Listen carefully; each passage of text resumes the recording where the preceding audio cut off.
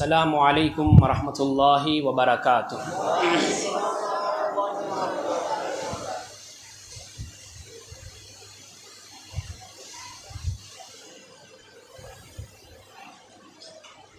کئی نعتوں کی منقبتوں کی فرمائش کی گئی ہے، سب کی فرمائش پوری کروں وقت ساتھ نہیں دیتا۔ انشاءاللہ حضور بحر العلوم کا لکھا ہوا ایک کلام منقبت غریب نواز کے چند اشعار میں پیش کروں گا، پھر اس کے بعد انشاءاللہ خطاب کی طرف ہم رخ کریں گے۔ آئیے عقیدت اور محبت کے ساتھ غلامی کا ثبوت دیتے ہوئے بارگاہ رسالت مآب صلی اللہ علیہ وسلم میں ہدیہ درود و سلام پیش کریں۔ اللہم صلی علی سیدنا محمد وعلی آل سیدنا محمد وبارک وسلم صلاۃ و سلاما علیک یا رسول اللہ صلی اللہ تعالی علیہ وسلم۔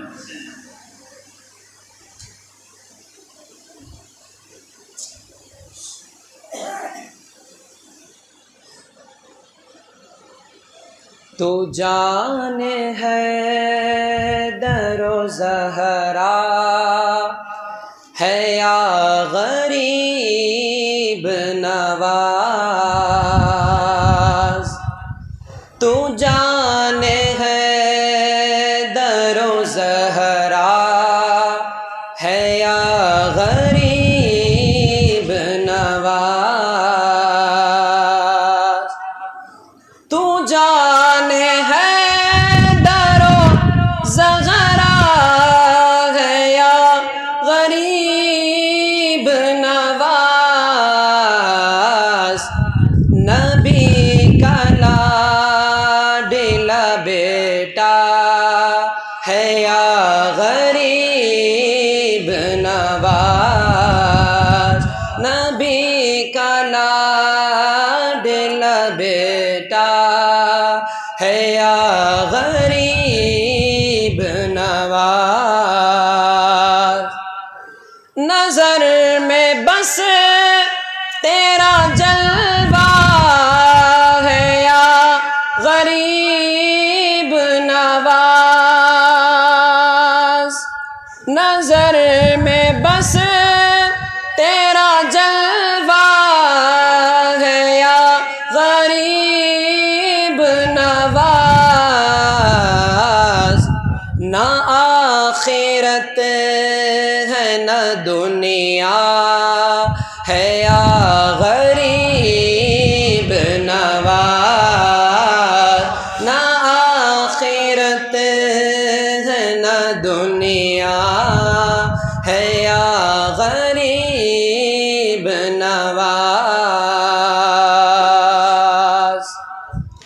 تیرے خیال سے خالی ہے طاعتیں پھیکی، تیرے خیال سے خالی ہے طاعتیں پھیکی، عبادتوں کا تو چسکا ہے یا غریب نواز، عبادتوں کا تو چسکا ہے یا غریب نواز، علی ملے تو نبی بھی ملے خدا بھی ملا، علی ملے تو نبی بھی ملے خدا بھی ملا، نہ پوچھ تو نے دیا کیا ہے یا غریب نواز، نہ پوچھ تو نے دیا کیا ہے یا غریب نواز، تمہارے پاس خدا ہے، خدا کا سب کچھ ہے، تمہارے پاس خدا ہے، خدا کا سب کچھ ہے، ہمارے ہاتھ میں کاسا ہے یا غریب نواز، ہمارے ہاتھ میں کاسا ہے یا غریب نواز، تو جانے ہے در و زہرا ہے یا غریب نواز، میں خاک ناپ سکوں گا بلندیاں تیری، میں خاک ناپ سکوں گا بلندیاں تیری،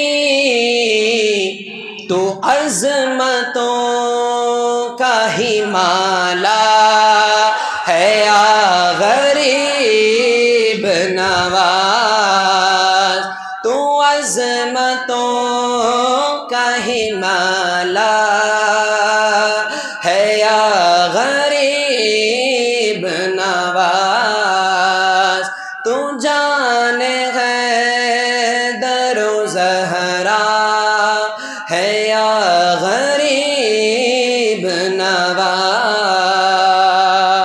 مقطع سماعت فرمائیں۔ یہ تمکنت بھی رضا کا بڑا سہارا ہے، یہ تمکنت بھی رضا کا بڑا سہارا ہے،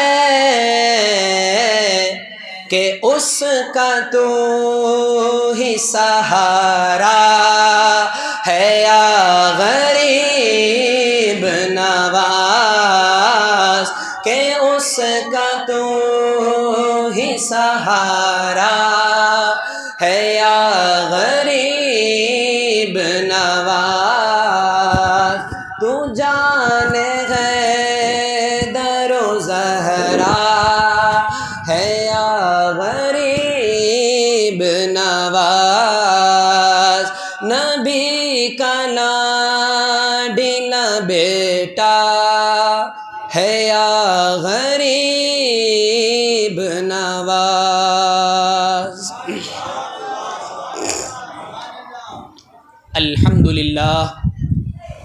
الحمد للہ رب العالمین، والصلاة والسلام على اشرف الانبیاء والمرسلین، وعلى آلہ واصحابہ وذریاتہ واہل بیتہ اجمعین، اما بعد، فقد قال اللہ تبارک وتعالی فی کلامہ القدیم وهو أصدق الصادقين، فأعوذ بالله من الشيطان الرجيم، بسم الله الرحمن الرحيم، ليس البر أن تولوا وجوهكم قبل المشرق والمغرب، ولكن البر من آمن بالله واليوم الآخر والملائكة والكتاب والنبيين، وآتى المال على حبه ذوي القربى واليتامى والمساكين وابن السبيل والسائلين وفي الرقاب، وأقام الصلاة وآتى الزكاة، والموفون بعهدهم إذا عاهدوا، والصابرين في البأساء والضراء وحين البأس، اولئک الذین صدقوا واولئک هم المتقون۔ قال النبی صلی اللہ تعالی علیہ وسلم خیر الناس من ينفع الناس او كما قال علیہ الصلاة والسلام۔ صدق اللہ وصدق رسولہ النبی الکریم ونحن على ذلك لمن الشاہدین والشاکرین والحمد للہ رب العالمین۔ معزز سامعین و حاضرین،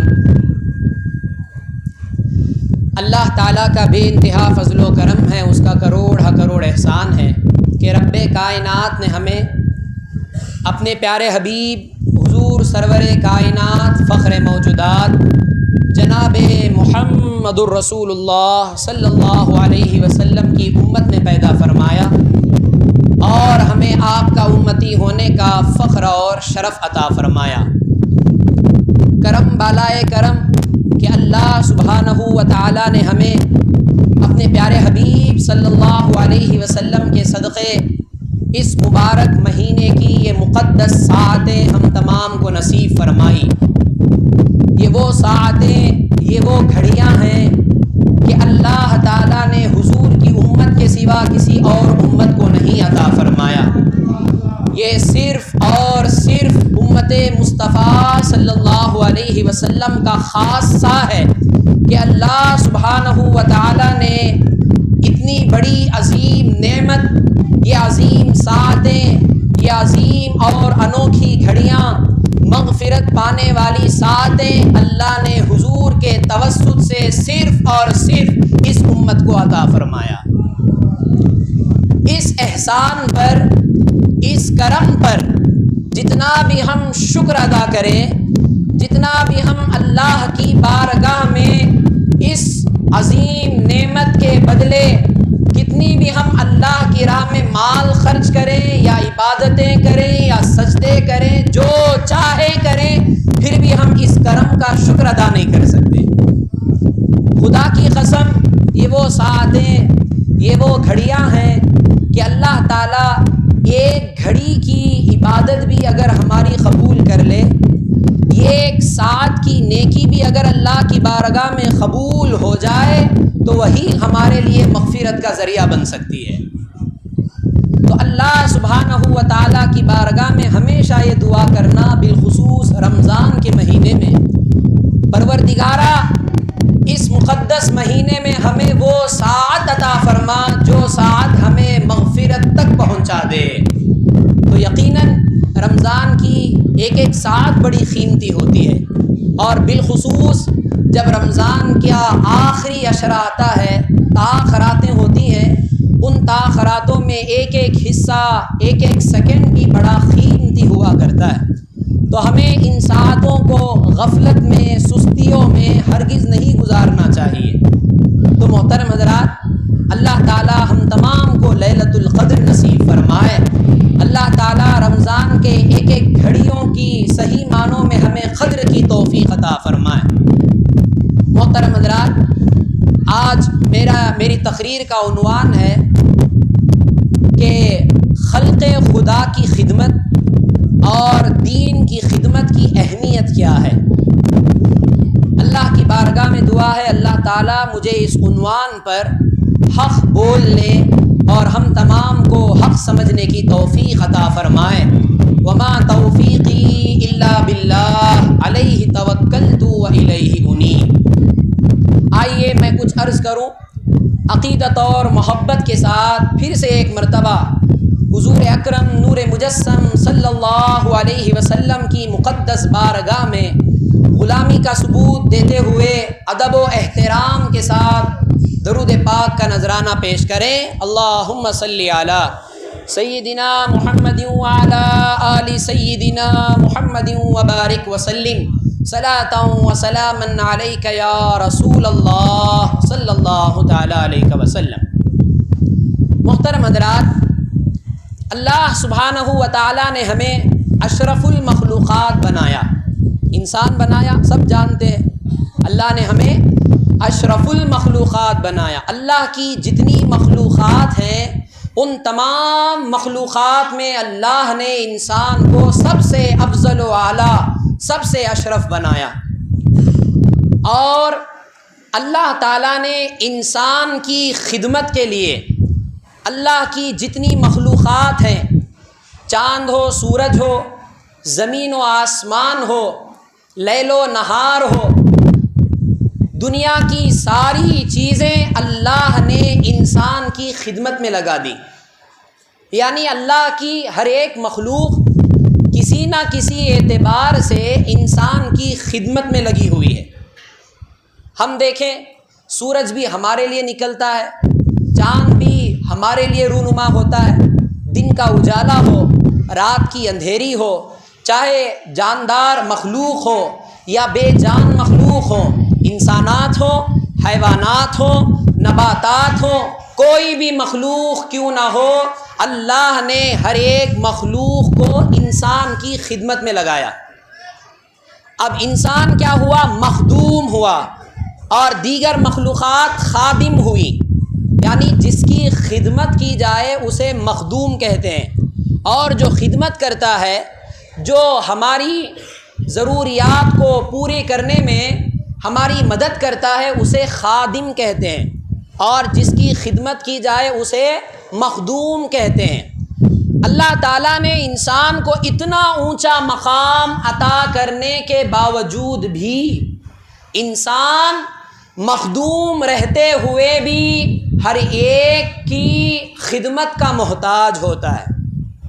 یعنی ہم مخدوم ہیں، ہماری خدمت میں سب لگے ہوئے ہیں، لیکن ایک لمحہ بھی ہم اللہ کی مخلوق کے مدد کے بغیر رہ نہیں سکتے، حالانکہ ہم مخدوم ہیں۔ بڑی عظیم بات ہے، غور سے سنیں، ہم مخدوم ہیں، اللہ کی مخلوق ہماری خدمت میں لگی ہے، لیکن اس کے باوجود بھی ہم زندگی گزارنے میں ایک ایک لمحے میں اللہ کی مخلوق کے مدد کے محتاج ہیں۔ بغیر اللہ کی مخلوق کے مدد کے ایک لمحہ بھی ہم رہ نہیں سکتے۔ تو یہاں اللہ نے یہ نظام جو بنایا وہ اس لیے بنایا کہ انسان اشرف رہتے ہوئے، افضل رہتے ہوئے گھمنڈ نہ کرے، تکبر نہ کرے، اور اپنے لیے کبھی ایسا نہ سمجھے کہ میں کسی کا محتاج نہیں ہوں۔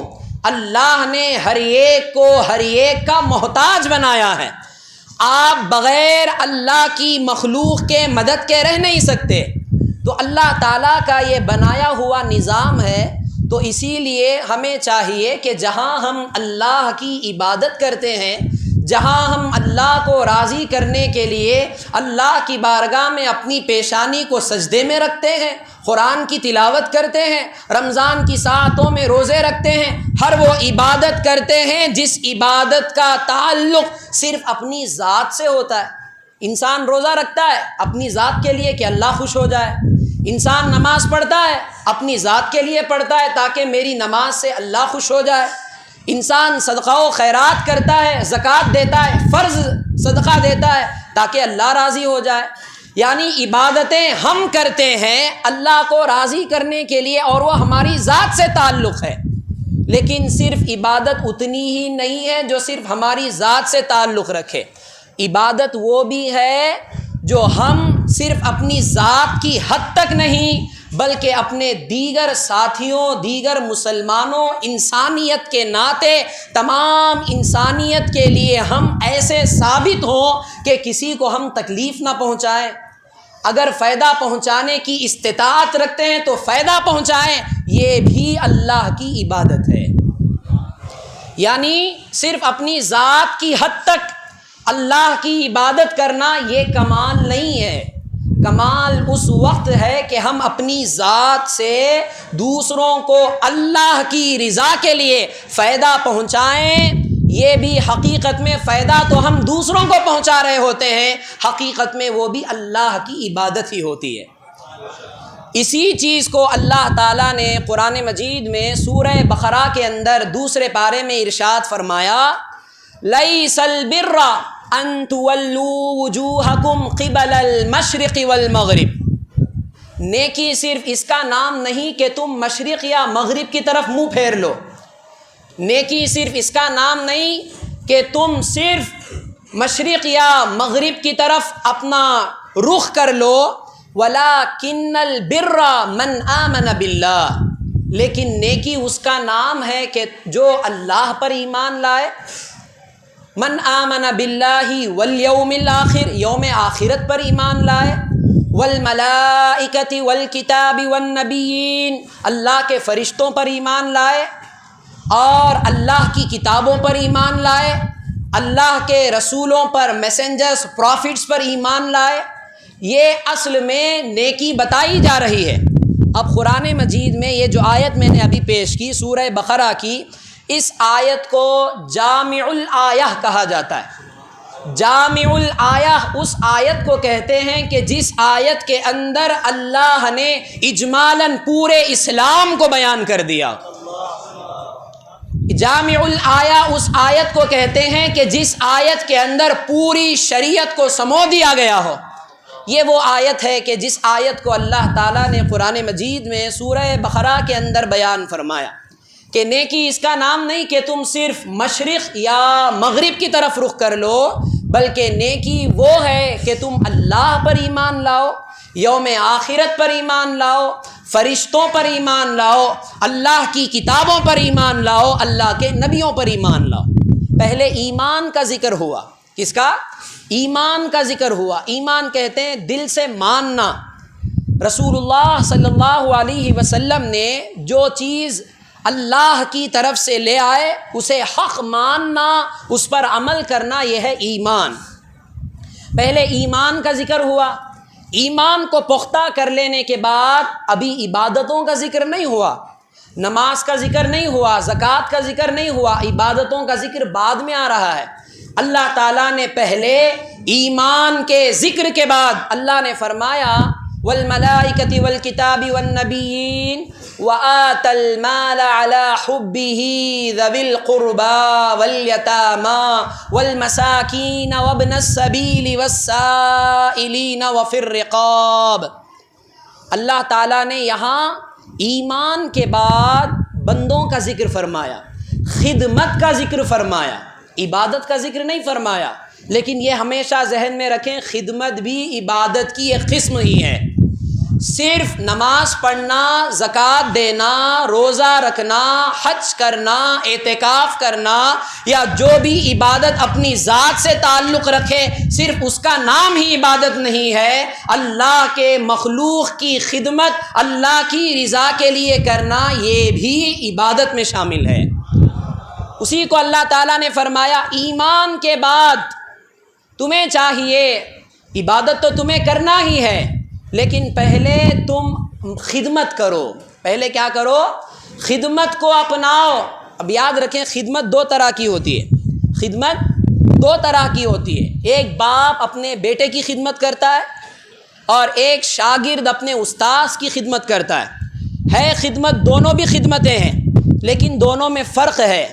چھوٹا اگر بڑے کی خدمت کرے تو یہ خدمت بطور تعظیم ہوتی ہے۔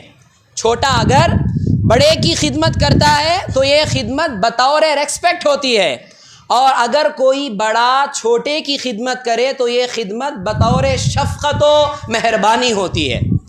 جیسے اللہ اپنے بندوں پر رحم و کرم کرتا ہے، مہربانی کرتا ہے، یہ حقیقت میں اللہ کی شفقت ہے، اللہ کی مہربانی ہے۔ باپ اپنے بچے کی کفالت کرتا ہے، بچے کے ہر دکھ کو سہتا ہے، برداشت کرتا ہے، یہ باپ کا بچے کی خدمت کرنا یہ بطور شفقت و مہربانی ہے۔ یہ عظمت نہیں ہے، یہ ریسپیکٹ نہیں ہے، یہ شفقت کی بنیاد پر ہے۔ اب جو چھوٹا شاگرد اپنے استاذ کی خدمت کرے یا مرید اپنے پیر کی خدمت کرے یا کوئی چھوٹا بڑے کی خدمت بجا لائے تو یہ خدمت بطور تعظیم ہوتی ہے، بطور ریسپیکٹ ہوتی ہے۔ یہ چیز ذہن نشیں رکھیں۔ تو اللہ سبحانہ و تعالیٰ نے ہمیں خدمت کی طرف ہمارا رجحان دلایا۔ اللہ نے سب سے پہلے فرمایا وَآتَى الْمَالَ عَلَى حُبِّهِ ذَوِي الْقُرْبَى، وَآتَى الْمَال، مال دو، وَآتَى الْمَالَ عَلَى حُبِّهِ، اللہ کی محبت میں مال دو، احسان جتانے کے لیے نہیں، کسی کی خدمت کرو اس پر احسان جتانے کے لیے نہیں، کسی کے کام آؤ، کسی کی مدد کرو تو اپنی شہرت، اپنی عزت کے لیے نہیں، کسی کی شہرت پر ہمیں کیا جانا، کسی کی خدمت کرنا ہے، کسی کی مدد کرنا ہے، کسی کے کام آنا ہے، محض اللہ کی رضا کے لیے، محض اللہ کی رضا کے لیے ہمیں یہ کام کرنا ہے، تبھی وہ اصل میں خدمت کہلاتی ہے۔ ورنہ خدمت کرنے والا اگر اپنی ناموری چاہتا ہے، خدمت کرنے والا اگر اپنی شہرت چاہتا ہے، خدمت کرنے والا اگر احسان جتاتا ہے، تو اصل میں خدمت ہی نہیں ہے، بلکہ وہ خادم سے خود خدمت لے رہا ہوتا ہے۔ یعنی خدمت کر کے اپنی شہرت بڑھا رہا ہے تو یہ خدمت نہیں ہوئی، بلکہ یہ خود خدمت نہیں کر رہا ہے، بلکہ یہ خدمت لے رہا ہوتا ہے، کیونکہ خدمت کرنے کی وجہ سے اس کا نام ہو رہا ہے، خدمت کرنے کی وجہ سے اس کی شہرت ہو رہی، تو اس کی شہرت، یہ شہرت لے رہا ہے، یہ اپنا نام بڑا کر رہا ہے، تو معلوم ہوا یہ خدمت نہیں کر رہا بلکہ خدمت لے رہا ہوتا ہے۔ لیکن عبادت کیا ہے؟ خدمت کرنا عبادت ہے۔ خدمت کب کی جاتی ہے؟ جب اس خدمت سے صرف اور صرف اللہ کی رضا مقصود ہو، اللہ کی خوشی مقصود ہو، اللہ اس خدمت سے راضی ہو جائے، تبھی اصل میں وہ خدمت کہلاتی ہے، ورنہ وہ خدمت نہیں ہوتی۔ وَآتَ الْمَالَ عَلَى حُبِّهِ ذَوِي الْقُرْبَى، اللہ تعالیٰ نے فرمایا تم اپنا مال دو اس کی محبت پر، اس کی محبت میں سب سے پہلے ذوی القربى، اپنے قریبی رشتہ داروں پر، قریبی رشتہ داروں پر اللہ کی رضا چاہتے ہوئے اپنا مال خرچ کرو۔ یہ ہے خدمت، مال کے ذریعے خدمت۔ یاد رکھیں، خدمت صرف مال کے ذریعے نہیں ہوتی، خدمت مال کے ذریعے بھی ہوتی ہے، صرف مال ہی کے ذریعے نہیں ہوتی۔ ہم نے یہ سمجھ رکھا ہے کہ جو مالدار ہے تو وہ خدمت کر سکتا ہے، اب جو غریب ہو، جو لاچار ہو، جس کے پاس مال و دولت نہیں، وہ خدمت کیا کر سکتا ہے؟ ایسا نہیں ہے، یہ رجحان غلط ہے۔ خدمت صرف مال دینے کا نام نہیں، خدمت جو چیز آپ کے پاس ہے، جو صلاحیت آپ کے پاس ہے، اس صلاحیت کو اچھی نیت کے ساتھ دوسروں کو دے دینا، یہ بھی ایک خدمت ہے۔ مثال کے طور پر آپ کے پاس علم ہے، علم آپ دوسروں کو دے دیے، یہ بھی خدمت ہے۔ آپ کے پاس اللہ تعالیٰ نے طاقت دی، قوت دی، تو اس طاقت کے ذریعے کسی مظلوم کی مدد کر دینا، یہ بھی خدمت ہے۔ اللہ تعالیٰ نے آپ کو شہرت دی ہے، تو اس شہرت کے ذریعے کسی کا سہارا بننا، کسی مظلوم کی فریاد رسی کرنا، کسی کے بگڑے ہوئے کاموں کو بنا دینا، یا کسی کو راستہ بتا دینا، یا کسی انسان کو صحیح راہ کی طرف گائیڈ کر دینا، یہ بھی خدمت خلق میں شامل ہے اور عبادت میں شامل ہے۔ صرف مال کے ذریعے خدمت نہیں، مال کے ذریعے بھی خدمت کی جا سکتی ہے، صرف مال ہی خدمت ہو یہ ضروری نہیں ہے، ہم نے یہ سمجھ رکھا ہے۔ لیکن جو لاچار ہیں، جو مال نہیں رکھتے، وہ احساس کمتری کے شکار نہ ہوں۔ جناب محمد عربی صلی اللہ علیہ وسلم نے ایسی تعلیم اسلام کی ہمیں دی ہے کہ اگر آپ کسی کو مسکرا کے دیکھتے ہیں تب بھی صدقے کا ثواب، کسی کو راستہ بتا دیتے ہیں یہ بھی صدقے کا ثواب، کسی مظلوم کی فریاد رسی کر دیتے ہیں یہ بھی صدقے کا ثواب۔ صرف مال خرچ کرنا ہی صدقہ نہیں ہے، کسی سے اچھی گفتگو کر لینا بھی صدقہ ہے، کسی سے اچھی نیتوں کے ساتھ کسی کے کام آ جانا یہ بھی صدقہ ہے۔ تو یہاں مالدار اور غریب کی بات نہیں، خدمت مالدار بھی کر سکتا ہے، غریب بھی کر سکتا ہے، اپنے اپنے اعتبار سے ہر کوئی خدمت خلق کر سکتا ہے، یہ ہمارا ذہن بننا چاہیے۔ لیکن شرط کیا ہے؟ جو بھی ہم خدمت کریں محض اللہ کی رضا کے لیے کریں۔ اب سب سے پہلی چیز، ہماری خدمت کے سب سے پہلے حقدار کون ہیں؟ خدمت کس طرح کی جائے اور ہماری خدمت کے سب سے پہلے حقدار کون ہیں؟ کون ہماری خدمت کے ضرورت مند ہیں؟ اللہ تعالیٰ نے قرآن مجید میں اس کی فہرست بھی بیان کی۔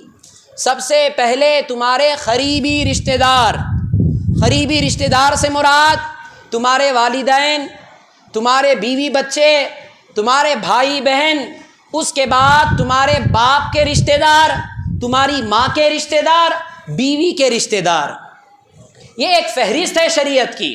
لیکن آج ہمارے ماحول میں، معاشرے میں، ہماری سوسائٹی میں ہوتا کیا ہے؟ ماں باپ بھوکے گھر میں پڑے ہوئے ہیں، بیوی بچے فاقے سے گھر میں مر رہے ہیں، ہم دوستوں کے ساتھ مزے سے ہوٹلوں میں پھر رہے ہوتے ہیں۔ یاد رکھیں یہ خدمت نہیں ہے، بیوی بچوں پر ظلم ہے، ماں باپ پر ظلم ہے، اپنے خاندان والوں پر ظلم ہے۔ گھر والے تو بڑے فاقے میں ہیں، گھر والے بڑے ظلم سہ رہے ہیں، گھر والوں کے اوپر کوئی خدمت نہیں، نہ خدمت کا جذبہ ہے، دوستوں کے ساتھ ہمارا اچھا رویہ ہے۔ یاد رکھیں یہ خدمت ایسی ہی ہے، دوستوں کے ساتھ اچھا پیش آ رہے ہیں، لیکن اصل خدمت جن کی جو فہرست شریعت نے بیان کی، اس ڈائریکشن کو چھوڑ کر، اس نمبر کو چھوڑ کر اگر ہم نے آگے بڑھا تو وہ ایسے ہی ہے جیسے کوئی شخص فرض نماز کو چھوڑ کر مستحب پر عمل کرتا ہے۔ مستحب پر عمل کرنا افضل ہے کہ فرض پر عمل کرنا؟ فرض پر عمل کرنا افضل ہے۔ فرض اہم چیز ہے، فرض کے بارے میں اللہ کی بارگاہ میں پوچھ ہوگی، اللہ پکڑ فرمائے گا، لیکن مستحب پر آپ عمل نہ کریں، اللہ اس پر گرفت نہیں فرماتا۔ فرض اگر نہ کرے، واجب عمل نہ کرے، سنت مؤکدہ عمل نہ کرے تو اس کے بارے میں اللہ کی بارگاہ میں پوچھ ہوگی۔ یہی حال ہمارا اپنے رشتہ داروں کے ساتھ، دوستوں کے ساتھ، ماں باپ کے ساتھ کیا ایسا ہونا؟ اس کی مثال سمجھیں، جس طرح پہلے فرض عبادت افضل ہے، پھر واجب ہے، پھر سنت مؤکدہ ہے، پھر سنت غیر مؤکدہ ہے، پھر مستحب ہے۔ یہ فہرست ہے شریعت کی، یہ اصطلاحات ہیں شریعت کے۔ آپ فرض کو چھوڑ کر، واجب کو چھوڑ کر، سنت مؤکدہ کو چھوڑ کر، سنت غیر مؤکدہ کو چھوڑ کر مستحب پر عمل کر رہے ہیں، یہ آپ غلط کر رہے ہیں۔ مستحب پر ضرور عمل کریں، ان سب پر عمل کرتے ہوئے، مستحب کام پر ضرور عمل کریں، فرض کی پابندی کرتے ہوئے، واجب کی پابندی کرتے ہوئے۔ تو اسی طرح جب مخلوق کی خدمت کی باری آئے تو پہلے ہماری خدمت کے حقدار ہمارے ماں باپ ہیں، بوڑھے ماں باپ ہیں۔ ماں باپ دوائیوں کے واسطے ترستے ہیں، ماں باپ بچوں کو بار بار بولتے ہیں دوائی منگوا دو، دوائی لا دو، بیٹے کے کان پر جوں کی تو نہیں چلتی۔ اب ہیں کہ دوستوں کے ساتھ ہوٹلوں پر ہم پیسے اڑا رہے ہیں، یہ حال آج ہمارا ہے۔ یاد رکھیں جس کے ماں باپ اپنے بچوں سے ناراض ہوتے ہیں، خدا اس سے کبھی راضی نہیں ہوتا۔ یاد رکھیں ہماری خدمت کے سب سے پہلے حقدار ہمارے ماں باپ ہوتے ہیں، پھر ماں باپ کے بعد بیوی بچے، پھر اس کے بعد وہ بھائی بہنیں جو معذور ہوں ان کی خدمت بھی ہم پر واجب ہے۔ اگر آپ کا کوئی بھائی بہن ہے، اگر صحیح سلامت ہے، وہ بھی بالغ ہیں تو ان کی خدمت واجب نہیں، ہاں اگر وہ اپاہج ہیں، اگر وہ معذور ہیں تو ان کی خدمت بھی آپ پر واجب ہے جب آپ خدمت کی صلاحیت رکھتے ہیں۔ پہلے ماں باپ، بیوی بچے، بھائی بہن، اس کے بعد نمبر آتا ہے باپ کے رشتہ دار، جیسے چچا ہے، آپ کی پھوپھی ہے، دادا دادی ہوں، یہ جو بھی باپ کے جو قریبی رشتہ دار ہیں ان کی خدمت آپ پر ضروری ہے۔ پھر اس کے بعد ماں کے رشتہ دار، جیسے آپ کے ماموں، آپ کی خالہ، یہ جو ہیں وہ رشتہ دار، وہ آپ کی خدمت کے زیادہ حقدار ہوتے ہیں۔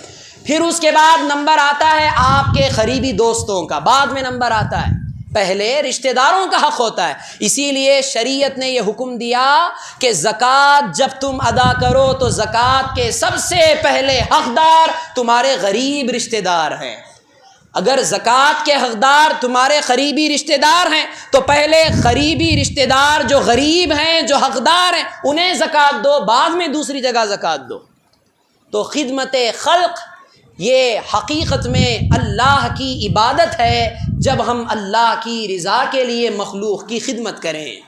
تو محترم حضرات، جب یہ بات معلوم ہوئی تو یاد رکھیں اللہ نے فرمایا وَآتَ الْمَالَ عَلَىٰ حُبِّهِ ذَوِي الْقُرْبَىٰ، یعنی یہ تمام رشتہ دار ذوی القربیٰ میں آ گئے۔ پھر اس کے بعد اللہ تعالیٰ نے فرمایا وَالْيَتَامَىٰ وَالْمَسَاكِينَ وَابْنَ السَّبِيلِ وَالسَّائِلِينَ وَفِي الرِّقَابِ۔ اس کے بعد نمبر آتا ہے یتیموں کا، کس کا؟ یتیم، مسکین۔ یتیم کسے کہتے ہیں؟ یتیم وہ شخص جو ابھی نابالغ ہے، میچورڈ نہیں ہوا، نابالغ ہے۔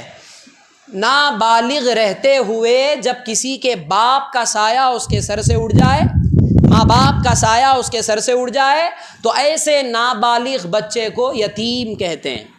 لیکن آج ہمارے معاشرے میں لوگ بڑے بڑے ہو گئے، 30-40 سال 50 سال کے ہو گئے، ماں باپ کا انتقال ہوتا ہے، وہ اپنے آپ کو بولتے ہیں ہم یتیم ہو گئے۔ ایسا نہیں۔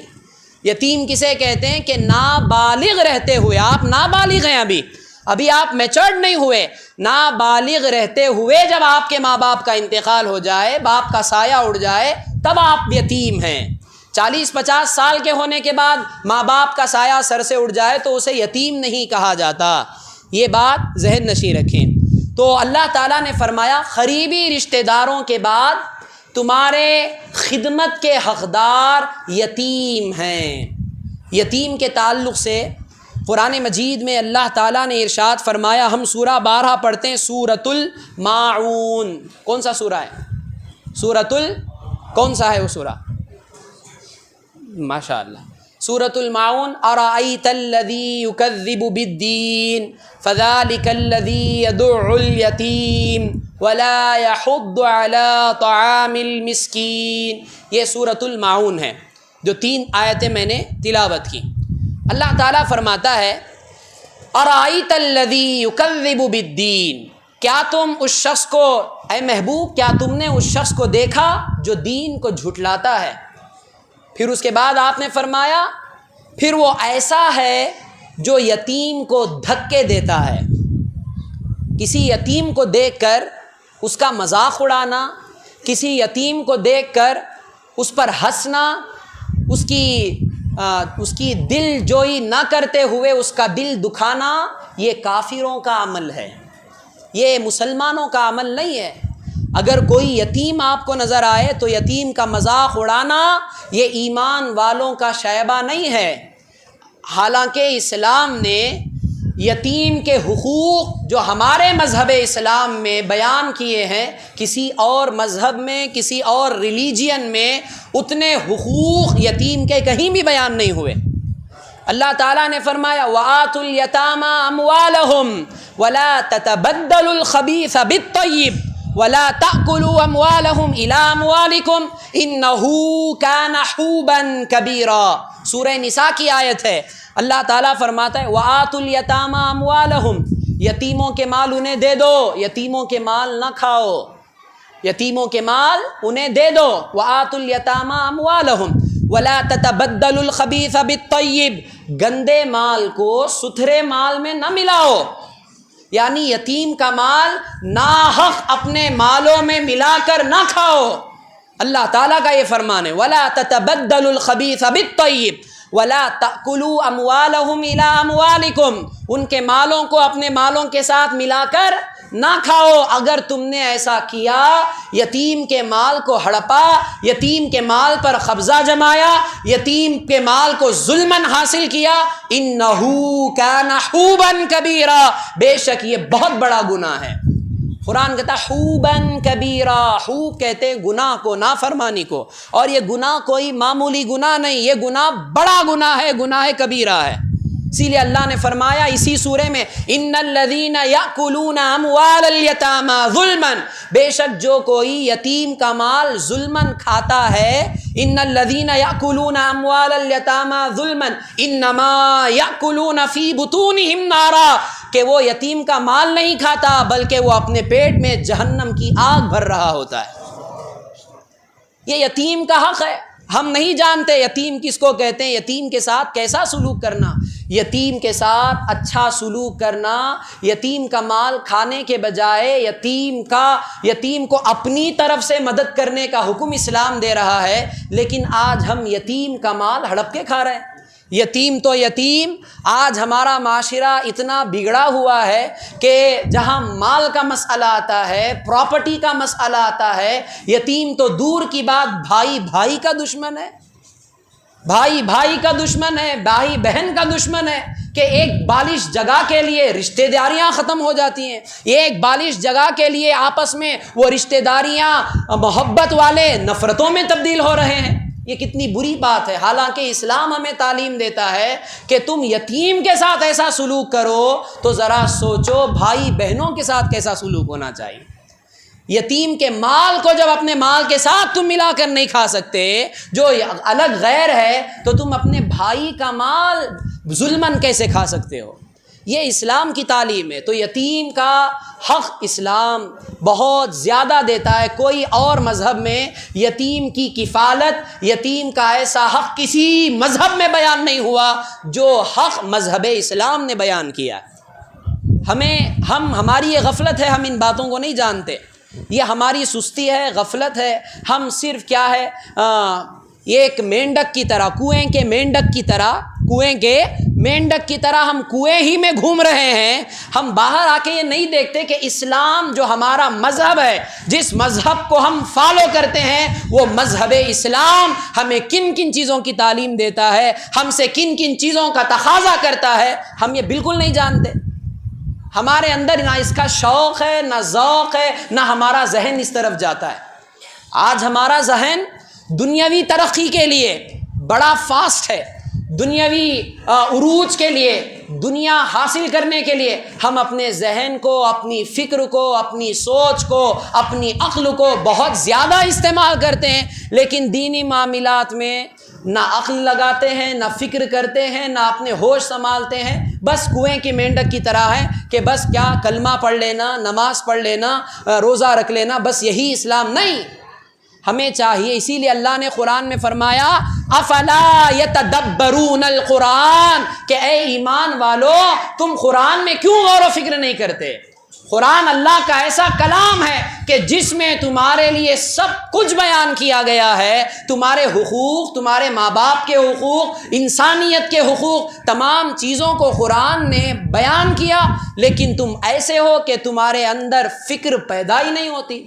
اللہ نے فرمایا افلا یتدبرون القرآن، کہ اے لوگوں کیوں تم قرآن میں غور و فکر نہیں کرتے؟ جب یہ بات معلوم ہوئی تو یتیم کا یہ حق قرآن نے بیان فرمایا۔ سورۃ الماعون میں اللہ نے فرمایا فذلک الذی یدع الیتیم، یعنی ایمان والوں کا یہ شائبہ نہیں، کافروں کی صفت بیان ہو رہی ہے کہ دین کو جھٹلانے والا یتیم کو دھکے دیتا ہے، دین کو جھٹلانے والا یتیم کو دھکے دیتا ہے۔ پھر اس کے بعد یتیم کے بعد کس کا نمبر ہے؟ مسکین۔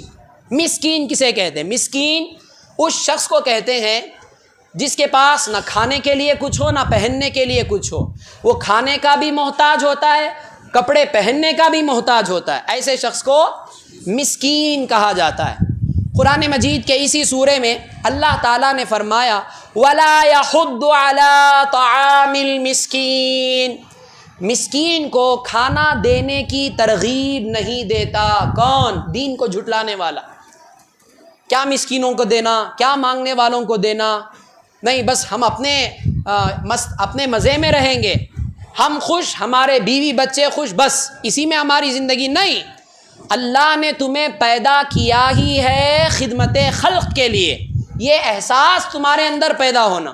اسی کو ڈاکٹر اقبال نے کیا ہی خوب ارشاد فرمایا، درد دل کے واسطے پیدا کیا انسان کو، درد دل کے واسطے پیدا کیا انسان کو، ورنہ طاعت کے لیے کچھ کم نہ تھے کروبیاں، ورنہ طاعت کے لیے کچھ کم نہ تھے کروبیاں۔ کروبیاں فرشتوں کی ایک جماعت ہے، فرشتوں کی ایک جماعت ہے جو ہمیشہ اللہ کی عبادت میں لگے رہتے ہیں، اللہ کی تسبیح میں لگے رہتے ہیں۔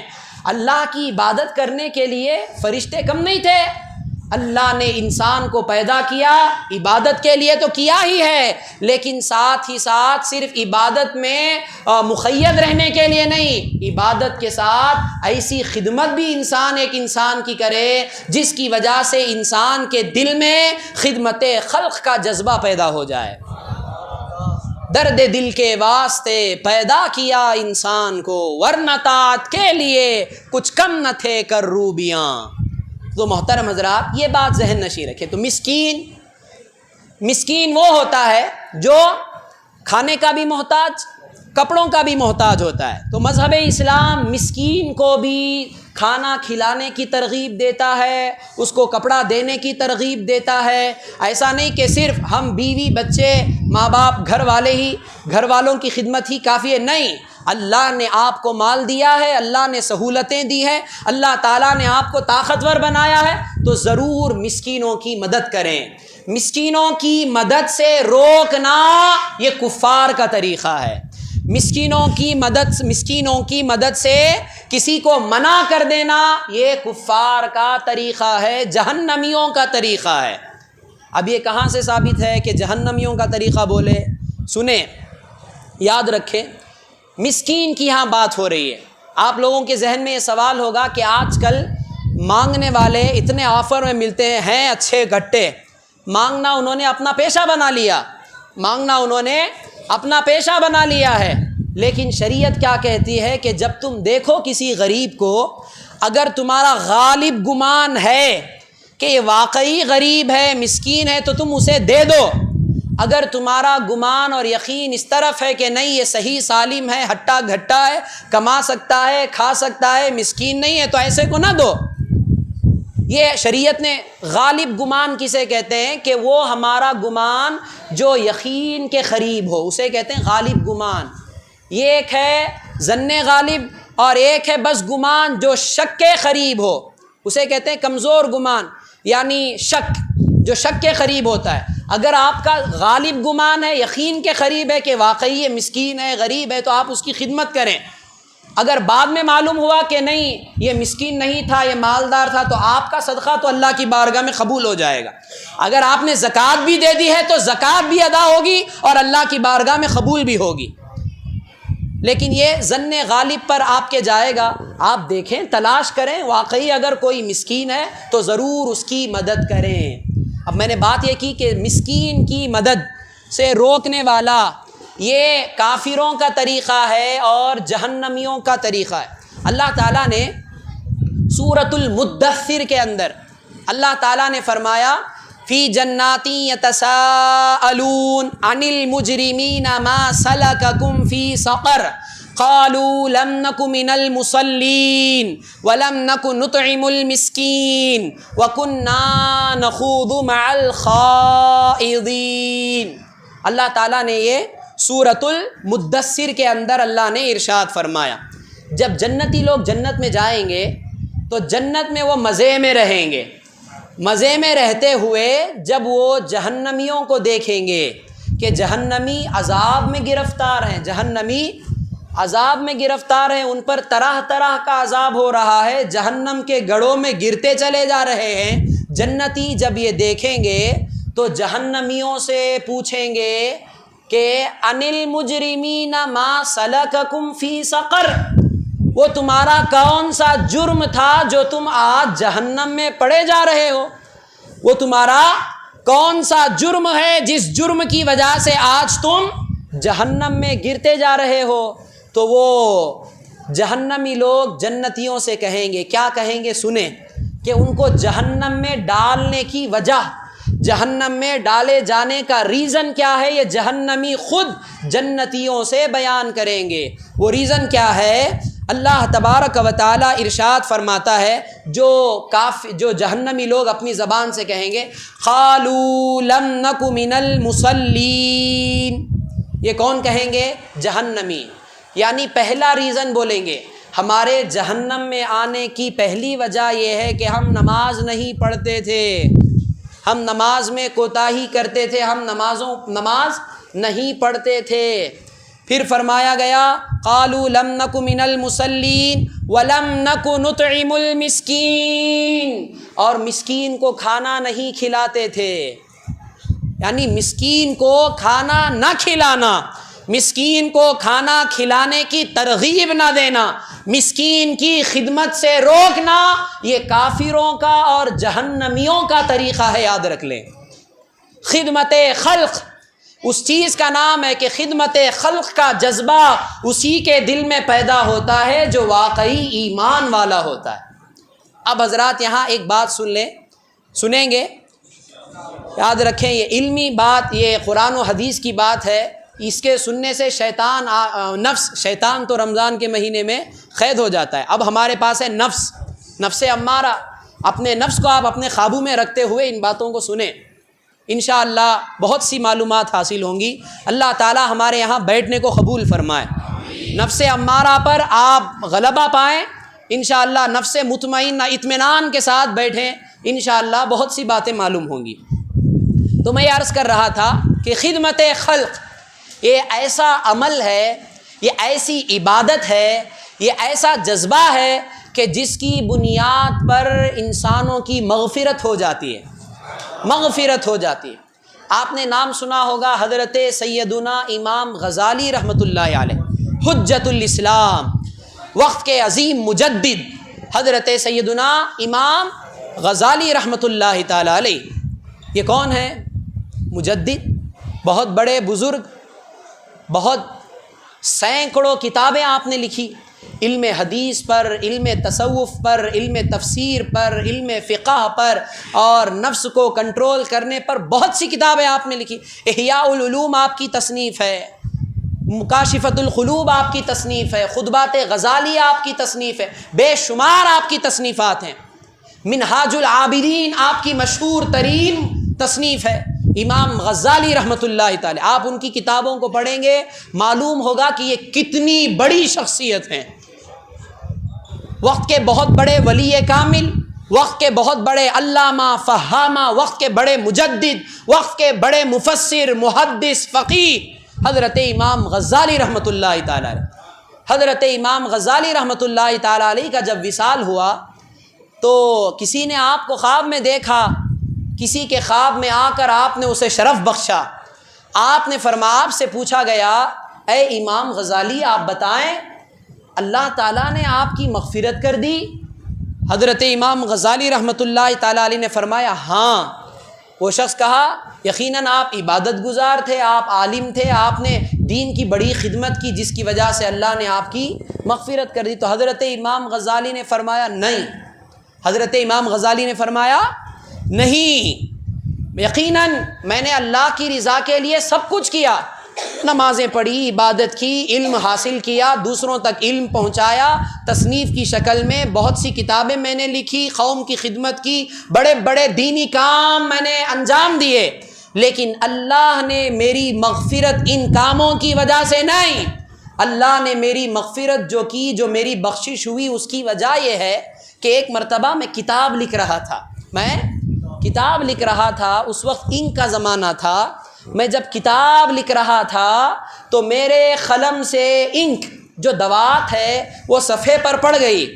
جیسے ہی وہ صفحے پر انک پڑی تو وہ انک ویسے ہی رہی تو ایک مکھی آ کر بیٹھ گئی. مکھی آ کر اس انک پر بیٹھ گئی اور اس سے اپنی پیاس بجھانے لگی مکھی. تو حضرت امام غزالی رحمۃ اللہ تعالی علیہ فرماتے میں نے سوچا یہ پیاسی مکھی ہے، چلو یہ اپنی پیاس بجھا لے، اور اچھی نیت کے ساتھ حضرت امام غزالی نے اس مکھی کی پیاس کی وجہ سے اپنے قلم کو لکھنے سے روک لیا. آپ نے اپنا قلم نہیں چلایا، آپ نے اپنا قلم روک دیا. مکھی نے جی بھر کے جتنا چاہا اس انک کو اپنی غذا بنائی، اس سے اپنی پیاس بجھائی، پھر اڑ گئی. پھر حضرت امام غزالی لکھنے لگے. حضرت امام غزالی فرماتے یہ ادا اللہ کو بہت پسند آئی کہ میں نے ایک مکھی کی پیاس بجھانے کے لیے جب اپنے قلم کو روکا، اللہ کو یہ میری ادا اتنی پسند آئی کہ اسی وجہ سے اللہ نے میری بخشش فرما دی. ذرا سوچیں کہ اللہ کو کون سی نیکی پسند آ جائے، اللہ کو ہمارا کون سا عمل پسند آ جائے ہم نہیں جانتے. اسی لیے فقہا نے فرمایا کہ ہر نیکی کو چاہے وہ نیکی چھوٹی ہی کیوں نہ ہو، نیکی کو چھوٹی نہ سمجھ، چاہے وہ نیکی چھوٹی ہی کیوں نہ ہو، نیکی کو چھوٹی سمجھنا یہ بے وقوفی ہے. اور ہر گناہ جو گناہ ہے تو چھوٹا گناہ بھی ہو تو اس گناہ کو چھوٹا نہ سمجھ. یہ دیکھ یہ گناہ میرے رب کی نافرمانی ہے تو اگرچہ وہ چھوٹا بھی ہے تو میرے رب کی نافرمانی ہے تو بڑا گناہ ہے. تو کسی بھی گناہ کو کمتر نہ سمجھو، کسی بھی نیکی کو بھی کمتر نہ سمجھو. اگرچہ وہ چھوٹی ہی نیکی کیوں نہ ہو۔ اللہ نے توفیق دی ہے، اللہ نے موقع دیا ہے، اللہ تعالیٰ نے ہمارے لیے راستے کھولے ہیں، تو ہمیں ہر نیکی کو اپنانے کی پوری کوشش کرنی چاہیے۔ یہ ہمارے لیے نہایت، کیوں؟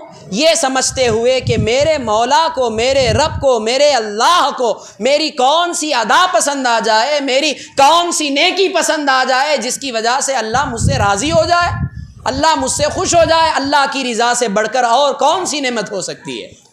تو یہ ہے خدمت خلق کا جذبہ ہمارے اندر پیدا ہونا چاہیے۔ اللہ نے ہمیں پیدا کیا، یہ ہمارے اندر احساس ہو کہ ہماری مدد کے کون محتاج ہیں، سامنے مددگار جو مدد کرتا ہے یہ کبھی انتظار میں نہ رہے کہ سوالی میرے دروازے پر آئے۔ اللہ نے توفیق دی ہے، اللہ نے سہولتیں دی ہیں، تو آپ خود تلاش کریں کہ کون سا محتاج ہے، کون کس چیز کا محتاج ہے۔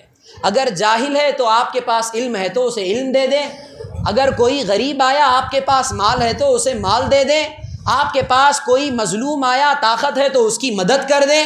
یہ ہر ایک قسم کی ایک الگ الگ خدمت ہے، تو ہمیں چاہیے کہ ہم مخلوق کی خدمت کو اپنے اوپر لازم کر لیں۔ یہ ہے خدمت خلق۔ جب یہ بات معلوم ہوئی تو مسکین، تو پہلے رشتہ داروں کا حق، پھر قریبی رشتہ دار، پھر یتیم، پھر مسکین، یہ ہے فہرست قرآن مجید میں جو اللہ تعالیٰ نے بیان فرمائی ہے۔ پھر اس کے بعد اللہ رب العزت نے ارشاد فرمایا والیتامی والمساکین وابن السبیل۔ وابن السبیل کون؟ مسافر۔ کون؟ مسافر اگر کہیں مل جائے، مسافر اگر ضرورت مند ہو تو اس مسافر کی مدد کر دینا بھی خدمت خلق ہے۔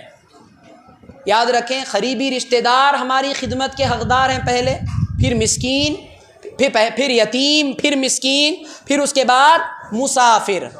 مسافر کہیں سفر کرنے والا سفر کر رہا ہے، اگرچہ وہ مالدار ہے، شریعت کیا کہتی ہے؟ مسافر کیا ہے؟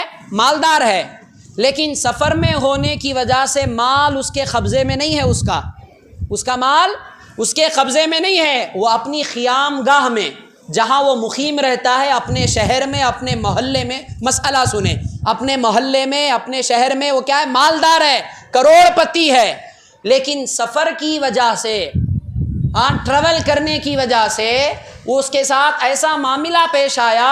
جب مسافر ہوتا ہے تو کئی تکلیفیں اس کے ساتھ آتی ہیں۔ السفر کالسقر، سفر انسان کے لیے بڑی آزمائش کی چیز ہوتی ہے۔ سفر چاہے ایروپلین کا ہی کیوں نہ ہو، بڑی آزمائش ہوتی ہے۔ سفر ہے، تو سفر کی حالت میں جب مالدار اپنے مال پر قبضہ نہ رکھے، اس کے پاس اتنا مال نہ ہو جو اپنے سفر کے اخراجات اٹھا سکے، اس کے پاس مال تو ہے لیکن وہ اپنے شہر میں ہے، اپنے محلے میں ہے، وہ اپنے پاس نہیں رکھتا، تو ایسے مسافر کو بھی زکوٰۃ دے سکتے ہیں، اس کی ضرورت کی حد تک اس کو بھی زکوٰۃ دے سکتے ہیں۔ دیکھیں مذہب اسلام کتنا پیارا مذہب ہے، مذہب اسلام کیسی تعلیم دیتا ہے۔ مذہب اسلام اخلاق کا پیکر ہے، مذہب اسلام مسلمانوں کو ہر زاویے سے کامل و اکمل بنانا چاہتا ہے۔ اب یہ رمضان کا مہینہ آیا، رمضان کا مہینہ آتا ہی ہے ہمیں ہر اینگل سے، ہر زاویے سے کامل و اکمل بنانے کے لیے۔ ہم صرف نمازی نہ رہیں، ہم صرف روزے کی حد تک نہ رہیں، ہم صرف قرآن کی تلاوت تک نہ رہیں، ہم صرف اعتکاف کی حد تک نہ رہیں۔ رمضان آتا ہے، رمضان ہی میں جو زکوٰۃ دینے کا کانسیپٹ فقہا نے بیان فرمایا وہ اس وجہ سے تاکہ رمضان ہمیں ہر زاویے سے کامل و اکمل بنائے۔ اے مسلمان، تم ایک طرف نمازی بھی ہو، روزہ دار بھی ہو، معتکف بھی ہو، قرآن کے قاری بھی ہو، تم اہل ایمان بھی ہو، اور ساتھ ہی ساتھ مخلوق کی خدمت کرنے والے بھی بن جاؤ۔ یہ مذہب اسلام ہمیں تعلیم دیتا ہے، اور یہ رمضان کا مہینہ آتا ہی ہے ہمیں کامل و اکمل بنانے کے لیے۔ جب ہمیں یہ کامل و اکمل رمضان کا مہینہ سال میں ایک بار آتا ہے، آ کر ہمیں کامل و اکمل بنانے کی جو ترغیب دیتا ہے، یہ ٹریننگ ہے، اور اسی طریقے کو، اسی چیز کو ہمیں بعد رمضان بھی جاری رکھنا ہے۔ ایسا نہیں کہ صرف رمضان کے مہینے میں ہم نیک عمل کریں گے، رمضان کے مہینے میں ہم نمازی رہیں گے، رمضان میں روزہ رکھیں گے، رمضان میں خیرات کریں گے، نہیں۔ جب رمضان آتا ہے ہمیں ٹرین کرنے کے لیے، رمضان ہمیں اللہ کے قریب کرنے کے لیے آتا ہے، یہ بتانے کے لیے آتا ہے کہ اے مسلمانوں، اے ایمان والوں، دیکھو اللہ کے قریب کیسے ہوتے ہیں، یہ بتانے کے لیے رمضان آیا۔ تو رمضان کے بعد بھی ہمیں چاہیے کہ ہم اسی طریقے کو جاری و ساری رکھیں انشاءاللہ۔ اللہ تعالی ہم سب کو ایسی توفیق عطا فرمائے۔ تو محترم حضرات، جب یہ بات معلوم ہوئی تو ایک ہے قریبی رشتہ دار، پھر اس کے بعد یتیم، مسکین، پھر مسافر، پھر اس کے بعد جو ہماری خدمت کے حقدار ہیں سائل، والسائلین وفی الرقاب۔ سائل کسے کہتے ہیں؟ مانگنے والے کو۔ سائل کسے کہتے ہیں؟ مانگنے والا۔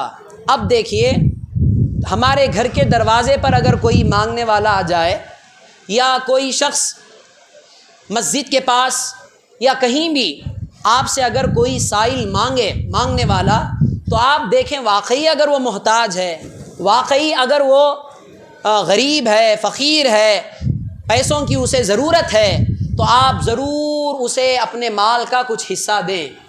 یا اگر آپ نہیں دے سکتے، آپ کے پاس سہولت نہیں ہے، تو جو دینے والے ہیں ان کو ترغیب دلائیں دینے کی۔ جو دینے والے ہیں، جو آپ جانتے ہیں، ان کو ترغیب دلائیں دینے کی۔ یہ ہے والسائلین وفی الرقاب۔ اب رقاب کہتے ہیں غلام اور لونڈیوں کی گردنیں آزاد کرانے میں خرچ کریں۔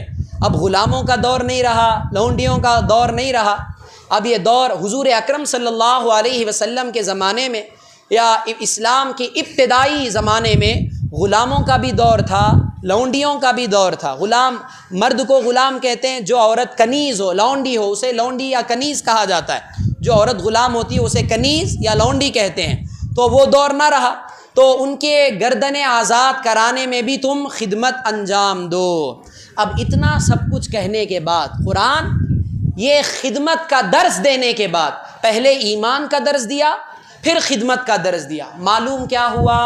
تمہاری خدمت اللہ کی بارگاہ میں تبھی قبول ہوگی جب ایمان کی حالت میں کی جائے۔ ہمارے ذہن میں سوال آتا ہے کہ کافر بھی خدمت کرتے ہیں، کافر بھی خدمت خلق کرتے ہیں، بڑا سوشل ورک کرتے ہیں، بڑی سسٹمز بنا کر یتیموں کی، محتاجوں کی مدد وہ کرتے ہیں، لیکن خدمت خلق اللہ کی بارگاہ میں تبھی قبول ہوتی ہے جب ایمان کی حالت میں کیا جائے۔ اسی لیے پہلے ایمان کو رکھ دیا گیا۔ ایمان شرط ہے ہر ایک عبادت کے لیے، ایمان شرط ہے ہر ایک عمل کو اللہ کی بارگاہ میں قبول کرانے کے لیے۔ بغیر ایمان کے آپ لاکھ عبادت کریں، لاکھ عمل کریں، کوئی عمل اللہ کی بارگاہ میں قبول نہیں۔ پہلے ایمان کا درس ہوا، پھر اس کے بعد خدمت، پھر اس کے بعد اللہ نے فرمایا وَأَقَامَ الصَّلَاةَ وَآتَ الزَّكَاةَ، نماز قائم کرو، زکوٰۃ دو۔ پہلے نیکی کیا ہے؟ پہلے ایمان لاؤ، پھر خدمت کرو، پھر اس کے بعد نماز قائم کرو، زکوٰۃ دو۔ اب اس سے یہ نہ سمجھیں کہ ہم ایمان لائے تو اب پہلے ہمیں مالدار بننا، پہلے ہم خدمت کریں گے، بعد میں نمازی بنیں گے، نہیں۔ نماز ہر بالغ، شریعت کو ہم دیکھیں گے، نماز جو بالغ مسلمان عاقل ہے، جیسے ہی وہ بلوغ کی عمر کو پہنچا تو 5 وقتہ نماز اس پر فرض ہے، اگرچہ وہ غریب ہو، مالدار ہو، یہ نہیں، اگر وہ بالغ ہے اور مسلمان ہے، عاقل ہے، تو اس پر نماز پنجگانہ مرتے دم تک اس پر فرض ہے۔ تو یہ سمجھیں کہ نماز عبادت ہے، خدمت بھی عبادت ہے۔ تو نمازی یہاں یہ بتانے کے لیے بیان کیا جا رہا ہے کہ بہت سے نمازی آج ایسے ہیں، نمازیں تو بڑے اہتمام کے ساتھ کرتے ہیں اور روزے بڑے اہتمام کے ساتھ رکھتے ہیں، دوسری چیزیں بڑے اہتمام کے ساتھ کرتے، لیکن بندوں کا حق ادا نہیں کرتے، خدمت نہیں کرتے۔ تو یاد رکھیں، جو ماں باپ کے حق کو مارتا ہے، ماں باپ کو ستاتا ہے، ماں باپ مظلوم پڑے ہوئے ہیں، رشتہ داروں کو پر ظلم کرتا ہے، بیوی بچوں کو مارتا پیٹتا ہے، اب ادھر نمازیں بھی پڑھتا ہے، تو اس کی نماز بھی اللہ کی بارگاہ میں قبول نہیں ہوتی ہے۔ ایک حدیث ہے کہ سرکار دو عالم صلی اللہ علیہ وسلم نے فرمایا، زکوٰۃ کیا ہے؟ اصل میں زکوٰۃ دینا یہ خدمت خلق ہے۔ زکوٰۃ دینا کیا ہے؟ خدمت خلق ہے، اللہ کی عبادت ہے۔ زکوٰۃ دینا کیا ہے؟ خدمت خلق، اللہ کی عبادت۔ یہاں ایک بات میرے ذہن میں آئی، اس کو سن لیں۔ ایک ہے عبادت، ایک ہے خدمت۔ کیا؟ ایک ہے عبادت، ایک ہے خدمت۔ جہاں عبادت کرنے پر انسان نہ کرنے پر مجبور ہو جائے، عبادت نہ کرنے پر جب مجبور ہو جاتا ہے، مثال کے طور پر آپ پر نماز فرض تھی، نماز فرض تھی آپ پر، لیکن آپ ایسے بوڑھے، ایسے مریض، ایسے لاچار ہو گئے کہ اشارے سے بھی نماز نہیں پڑھ سکتے، بستر پر پڑے کہ پڑے، اشارے پر بھی نماز نہیں پڑھ سکتے، ایسی حالت آپ کی ہو گئی، تو کیا ہو گیا؟ آپ عبادت کرنے پر، نہ کرنے پر مجبور ہو گئے، عبادت آپ پر فرض نہ رہی۔ لیکن جہاں عبادت انسان پر سے ساقط ہو جاتی ہے، انسان سے ساقط ہو جاتی ہے، تو اس عبادت کا بدل خدمت ہے، اس عبادت کا بدل کیا ہے؟ خدمت ہے۔ اسی لیے فقہا نے فرمایا جب تم نماز نہ پڑھ سکو، نماز پڑھنے کے قابل نہ ہو، تو نمازوں کا فدیہ دو۔ فدیہ کسے دیا جاتا ہے؟ غریبوں کو دیا جاتا ہے۔ تو عبادت کا بدل خدمت ہے۔ عبادت جب آپ کرنے نہ کرنے پر مجبور ہو گئے، عبادت آپ کر ہی نہیں سکتے، تو وہاں شریعت حکم دیتی ہے کہ جب تم عبادت کرنے کے قابل ہی نہ ہو، تو اب مخلوق کی خدمت میں لگ جاؤ کہ وہ عبادت خدمت اس عبادت کا صلہ ہو جاتی ہے۔ اسی طرح روزہ دار، روزہ ہم رکھتے ہیں، روزہ کیا ہے؟ عبادت ہے۔ جب انسان روزہ رکھنے کی طاقت ہی نہیں رکھتا، اسے شیخ فانی کہتے ہیں، ایسا بیمار، ایسا لاچار کہ رمضان میں بھی روزہ نہیں رکھ سکتا، اس کی طبیعت ہی ایسی ہے جو بعد رمضان کیا مرتے دم تک روزہ رکھنے کے قابل ہی نہیں ہے، ایسے شخص کو کہتے ہیں شیخ فانی۔ کیا کہتے ہیں؟ شیخ فانی، جو روزہ رکھنے کی استطاعت ہی نہیں رکھتا۔ اب وہاں عبادت نہ کرنا اس کی مجبوری ہو گئی، عبادت نہ کرنا مجبوری ہو گئی، روزہ ساقط ہو گیا اس سے، لیکن ساقط عبادت ہوئی، لیکن اسی پر بس نہیں کیا اللہ نے فرمایا جہاں عبادت تم نہ کرنے پر مجبور ہو گئے تو اسی پر بس نہ کرو، اب ہر ایک روزے کے بدلے صدقہ فطر ادا کرو۔ یعنی عبادت کا بدل خدمت بنا دیا اللہ نے۔ نماز نہ پڑھنے کے قابل ہو تو تم نماز کا فدیہ دو، ایک صدقہ فطر، ایک نماز کا فدیہ ہے، ایک روزے کے بدلے ایک صدقہ فطر۔ معلوم کیا ہوا؟ جہاں عبادت انسان سے ساقط ہو جاتی ہے تو اللہ تعالیٰ عبادت کا بدل خدمت کو بنا دیتا ہے۔ تو خدمت کرنا بھی عبادت ہے، خدمت کرنا بھی کیا ہے؟ عبادت ہے۔ تو محترم حضرات، ہمیں یہ معلوم ہوا کہ خدمت کو کبھی کوئی معمولی نہ سمجھے، خدمت کو کوئی کبھی ہلکا نہ سمجھے۔ جب کوئی شخص لاچار آئے تو جہاں تک طاقت ہے، جہاں تک آپ اس کی خدمت کر سکتے ہیں، پوری کوشش کے ساتھ اس کی آپ خدمت کریں، یہ اللہ تعالیٰ نے فرمایا۔ تو پہلے ایمان، خدمت، پھر عبادت کا ذکر آیا، یعنی ہماری نمازیں، ہمارے روزے، اللہ کی ہم جو عبادت کرتے ہیں وہ اللہ کی بارگاہ میں کامل درجے کے ساتھ اس وقت قبول ہوتی ہیں جب ہم اللہ کے حقوق کے ساتھ ساتھ بندوں کے بھی حقوق ادا کریں، ماں باپ کا بھی حق ادا کریں، ماں باپ کی بھی خدمت کریں، رشتہ داروں کی بھی خدمت کریں، مسافروں کی بھی خدمت کریں، یتیموں کی بھی خدمت کریں، مسکینوں کی بھی خدمت کریں، تب جا کر ہماری عبادتیں اللہ کی بارگاہ میں قبول ہوتی ہیں۔ پھر اس کے بعد اللہ تعالیٰ نے فرمایا وَأَقَامَ الصَّلَاةَ وَآتَى الزَّكَاةَ، نماز قائم رکھو اور زکوٰۃ دو۔ اور وہ لوگ جو عہد کر کے اپنا عہد پورا کرنے والے ہیں، بہت سے لوگ وعدہ کرتے ہیں، وعدہ کرنے کے بعد اس وعدے کو مکمل کرنا یہ ایمان والے کی علامت ہے۔ بہت سے لوگ وعدہ کرتے ہیں، وعدے سے مکر جاتے ہیں، استطاعت رکھتے ہوئے وعدہ خلافی کرتے ہیں۔ وعدہ خلافی کردن علامت منافقست، ایک فارسی کا ایک مقولہ ہے کہ وعدہ خلافی کرنا منافق کی نشانیوں میں سے ایک نشانی ہے، اور حدیث کا جملہ بھی ہے، حضور نے فرمایا کہ وعدہ خلافی کرنا یہ علامت نفاق میں سے ہے، منافقوں کی علامتوں میں سے ہے۔ تو جب تم وعدہ کرو کسی بھی کو، اب کسی کی مدد کرنے کا آپ نے وعدہ کر دیا تو آپ کے ایک دوست نے آ کے کیوں اس کی مدد کرو گے، اس کی مدد، اب ہے ایک کا دشمن ایک کا دوست ہے وہ، آپ نے ارادہ کیا، آپ نے وعدہ کیا کہ میں تمہاری ضرور مدد کروں گا، یہ ایک آپ کا دوست ادھر سے آیا جس کی آپ مدد کرنے کا آپ وعدہ کرے ہیں، وہ اس دوست کا دشمن، آپ کا دوست آ کے کہا نہیں انہیں میرا دشمن ہے، تم اس کی خدمت مت کرو، اس کی مالی مدد مت کرو، آپ نے وعدہ کیا، اب اس دوست کی سن کر دنیاوی مطلب کی خاطر اپنے وعدہ خلافی کر رہے ہیں، ایسا نہیں ہونا چاہیے، کیونکہ اسی لیے یاد رکھیں جو بھی ہم خدمت کریں، جو بھی ہم کسی کے کام آئیں، محض اللہ کی رضا کے لیے ہونا چاہیے، جیسا کہ ابو داؤد شریف کی حدیث ہے، حضرت ابو امامۃ الباہلی رضی اللہ عنہ فرماتے ہیں، بڑی پیاری حدیث ہے، آپ نے سنا ہوگا، حضور نے ارشاد فرمایا من احب للہ وابغض للہ واعطى للہ ومنع للہ فقد استکمل الایمان، حضور نے فرمایا کہ حضور اکرم صلی اللہ، یہ حدیث بھی کیا ہے یاد رکھیں، میں نے جس طرح یہ آیت پڑھ کر میں نے کہا کہ یہ جامع الآیہ ہے، اسی طرح یہ حدیث محدثین فرماتے ہیں جامع الحدیث ہے۔ جامع الحدیث اس حدیث کو کہتے ہیں کہ جس حدیث میں مکمل اسلام کو بیان کر دیا گیا، مکمل شریعت کو سمو دیا گیا، اس حدیث کو جامع الحدیث کہا جاتا ہے۔ یہ حدیث ایسی حدیث ہے کہ جس میں پورے اسلام کو، پورے ایمان کو اجمالی طور پر بیان کر دیا گیا ہے۔ حضور اکرم صلی اللہ علیہ وسلم فرماتے من احب للہ وابغض للہ واعطى للہ ومنع للہ فقد استکمل الایمان، جو اللہ کے لیے محبت کرے۔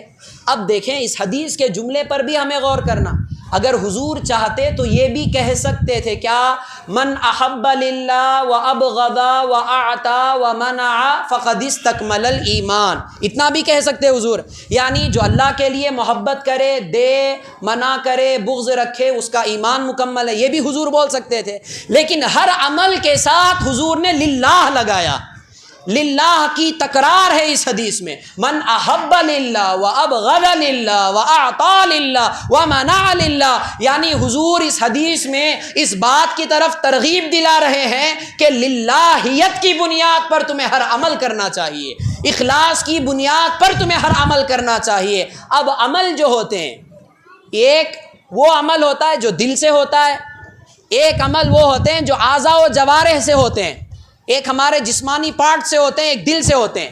محبت اور بغض یہ دل کے عمل ہیں، کسی سے محبت کرنا، کسی سے بغض رکھنا، یہ کس کا کام ہے؟ دل کا کام ہے، دل کا کام ہے کہ ہم کسی سے محبت کہتے ہیں، دل کی کیفیت کا نام محبت ہے۔ دل میں اگر کسی چیز کی محبت بیٹھ گئی، دل میں اگر کسی کی چاہت آ گئی تو اسی کا نام محبت ہے، دل میں اگر کسی کی نفرت پیدا ہو گئی اسی کا نام بغض ہے۔ تو حضور نے فرمایا اگر تم کسی سے محبت کرو تو بھی اللہ کے لیے، کسی سے دشمنی کرو تب بھی اللہ کے لیے، یعنی دل کی جہاں کیفیت کی بات آئے، دل کے جہاں عمل کی بات آئے تو دل سے جو عمل تعلق رکھتے ہیں وہ عمل بھی اللہ کی رضا کے لیے ہونا، اور جو جسم کے اعضاء تمہارے ہیں ان سے جو تمہارا عمل ہوتا ہے وہ عمل بھی اللہ کی رضا سے تعلق رکھنا ہے۔ ایسا نہیں کہ دل سے عمل اللہ کی رضا کے لیے، اب جسمانیت کے جو عمل ہیں اعضاء کے وہ اللہ کی رضا کے لیے نہیں، اپنی شہرت کے لیے، ایسا نہیں ہونا چاہیے۔ اب سنیں اس حدیث میں حضور نے فرمایا من احب للہ، جس سے بھی تم محبت کرو اللہ کی رضا کے لیے۔ ہم نے کسی سے محبت کی، ایمان والے سے محبت کی، ایمان والے سے ہم نے اس کے ایمان کی بنیاد پر محبت کی۔ کوئی پیسے والا ہے، پیسے والے سے محبت اس کے پیسوں کی بنیاد پر کرنا، اس لیے محبت کرنا کہ اگر میں اس سے محبت کروں گا، اس سے اپنا رشتہ مضبوط رکھوں گا، ریلیشن میں رہوں گا، اس کے ساتھ اٹھوں گا بیٹھوں گا تو یہ میری مدد کرے گا، پیسوں کے ذریعے یہ مجھے فائدہ پہنچائے گا۔ یہ محبت دنیا کے لیے ہے، اللہ کے لیے نہیں۔ اگر تم کسی ایمان والے کو، اگرچہ وہ مالدار ہے، اس سے محبت کر رہے ہو اس کے ایمان کی وجہ سے، تو یہ اللہ کے لیے محبت ہوئی۔ جب تم اللہ کے لیے محبت کرو گے تو اللہ تعالیٰ اس کا انعام ایسا دے گا کہ خود بخود اس مالدار کے دل میں تمہاری محبت ڈالے گا اور اللہ کی طرف سے اس کے ذریعے سے تمہاری مدد ہو جائے گی۔ اب یہاں محبت بھی اللہ کے لیے ہو گئی اور آپ کا کام بھی بن گیا، دونوں چیزیں ہو گئی۔ اللہ کی رضا کے لیے جو عمل کیا جاتا ہے ہر زاویے سے وہ ہمارے لیے فائدہ مند ہوتا ہے۔ من احب للہ، پھر اللہ نے فرمایا وابغض للہ، جو دشمنی کرتا ہے اللہ کے لیے کرتا ہے، دشمنی، کسی کافر سے ہم نے دشمنی رکھی تو اس کے کفر کی وجہ سے، کیوں وہ اللہ کا نافرمان ہے، اس نے اللہ کی الوہیت کو نہیں مانا، اس نے اللہ کی واحدیت کو نہیں مانا، اس نے اللہ کو معبود نہیں جانا، اس نے رسول اللہ کو رسول نہیں مانا، اس نے قرآن کو قرآن نہیں مانا، اس نے اسلام کو، مذہب اسلام کو سچا نہیں جانا، اس وجہ سے ہم نے اس سے دشمنی رکھی، تو یہ اللہ کے لیے۔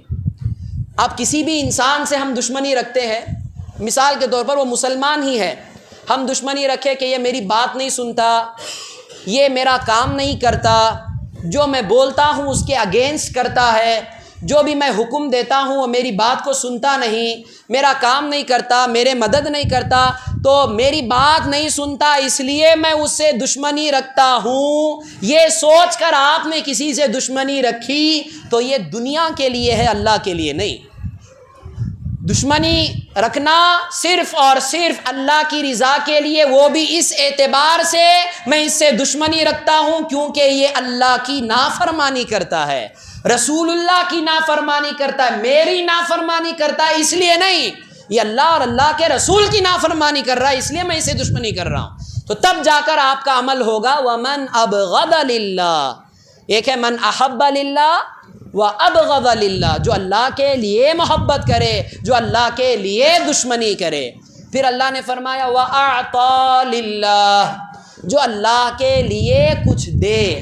اب یہاں پہ خدمت کی بات آئی، اللہ نے فرمایا جب تم کسی کو دو تو اللہ کے لیے دو، اللہ کی رضا کے لیے دو، احسان جتانے کے لیے نہ دو۔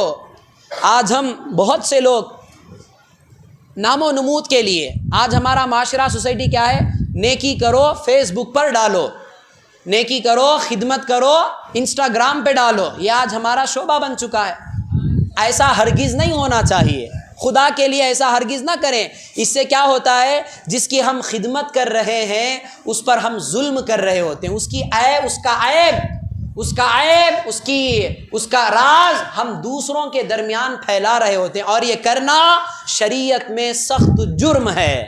ایسا ہرگز نہیں ہونا چاہیے کہ جب ہم کسی کو راشن دیں یا کسی کو پیسہ دیں تو فوٹو پکڑ کر فیس بک پہ ڈال دیے، آپ فوٹو پکڑ کر شہرت کے لیے، لوگوں سے اور مال حاصل کرنے کے لیے آپ نے انسٹاگرام میں ڈال دیا۔ ایسا ہرگز نہیں کرنا چاہیے، خدا را ایسا ہرگز نہ کریں۔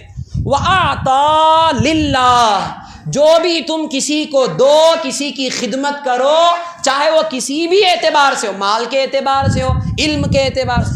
اب دیکھیں، میں بیٹھ کر یہاں تقریر کر رہا ہوں، اگر میرا یہ مقصد ہے کہ میں آپ سے واہوائی حاصل کروں، آپ کی سبحان اللہ حاصل کرنے کے لیے اگر میں یہ تقریر کر رہا ہوں، جو میں آپ کو علم دے رہا ہوں مثال کے طور پر، ورنہ میں تو ایک چھوٹا سا طالب علم ہوں، میری کچھ حیثیت نہیں ہے، یہ اگر میری نیت ہے کہ آپ میری تعریف کریں تو یہاں یہ آتا للہ نہیں ہوا، یہ آتا لکا ہو گیا، یہ آپ کی واہوائی حاصل کرنے کے لیے ہو گیا۔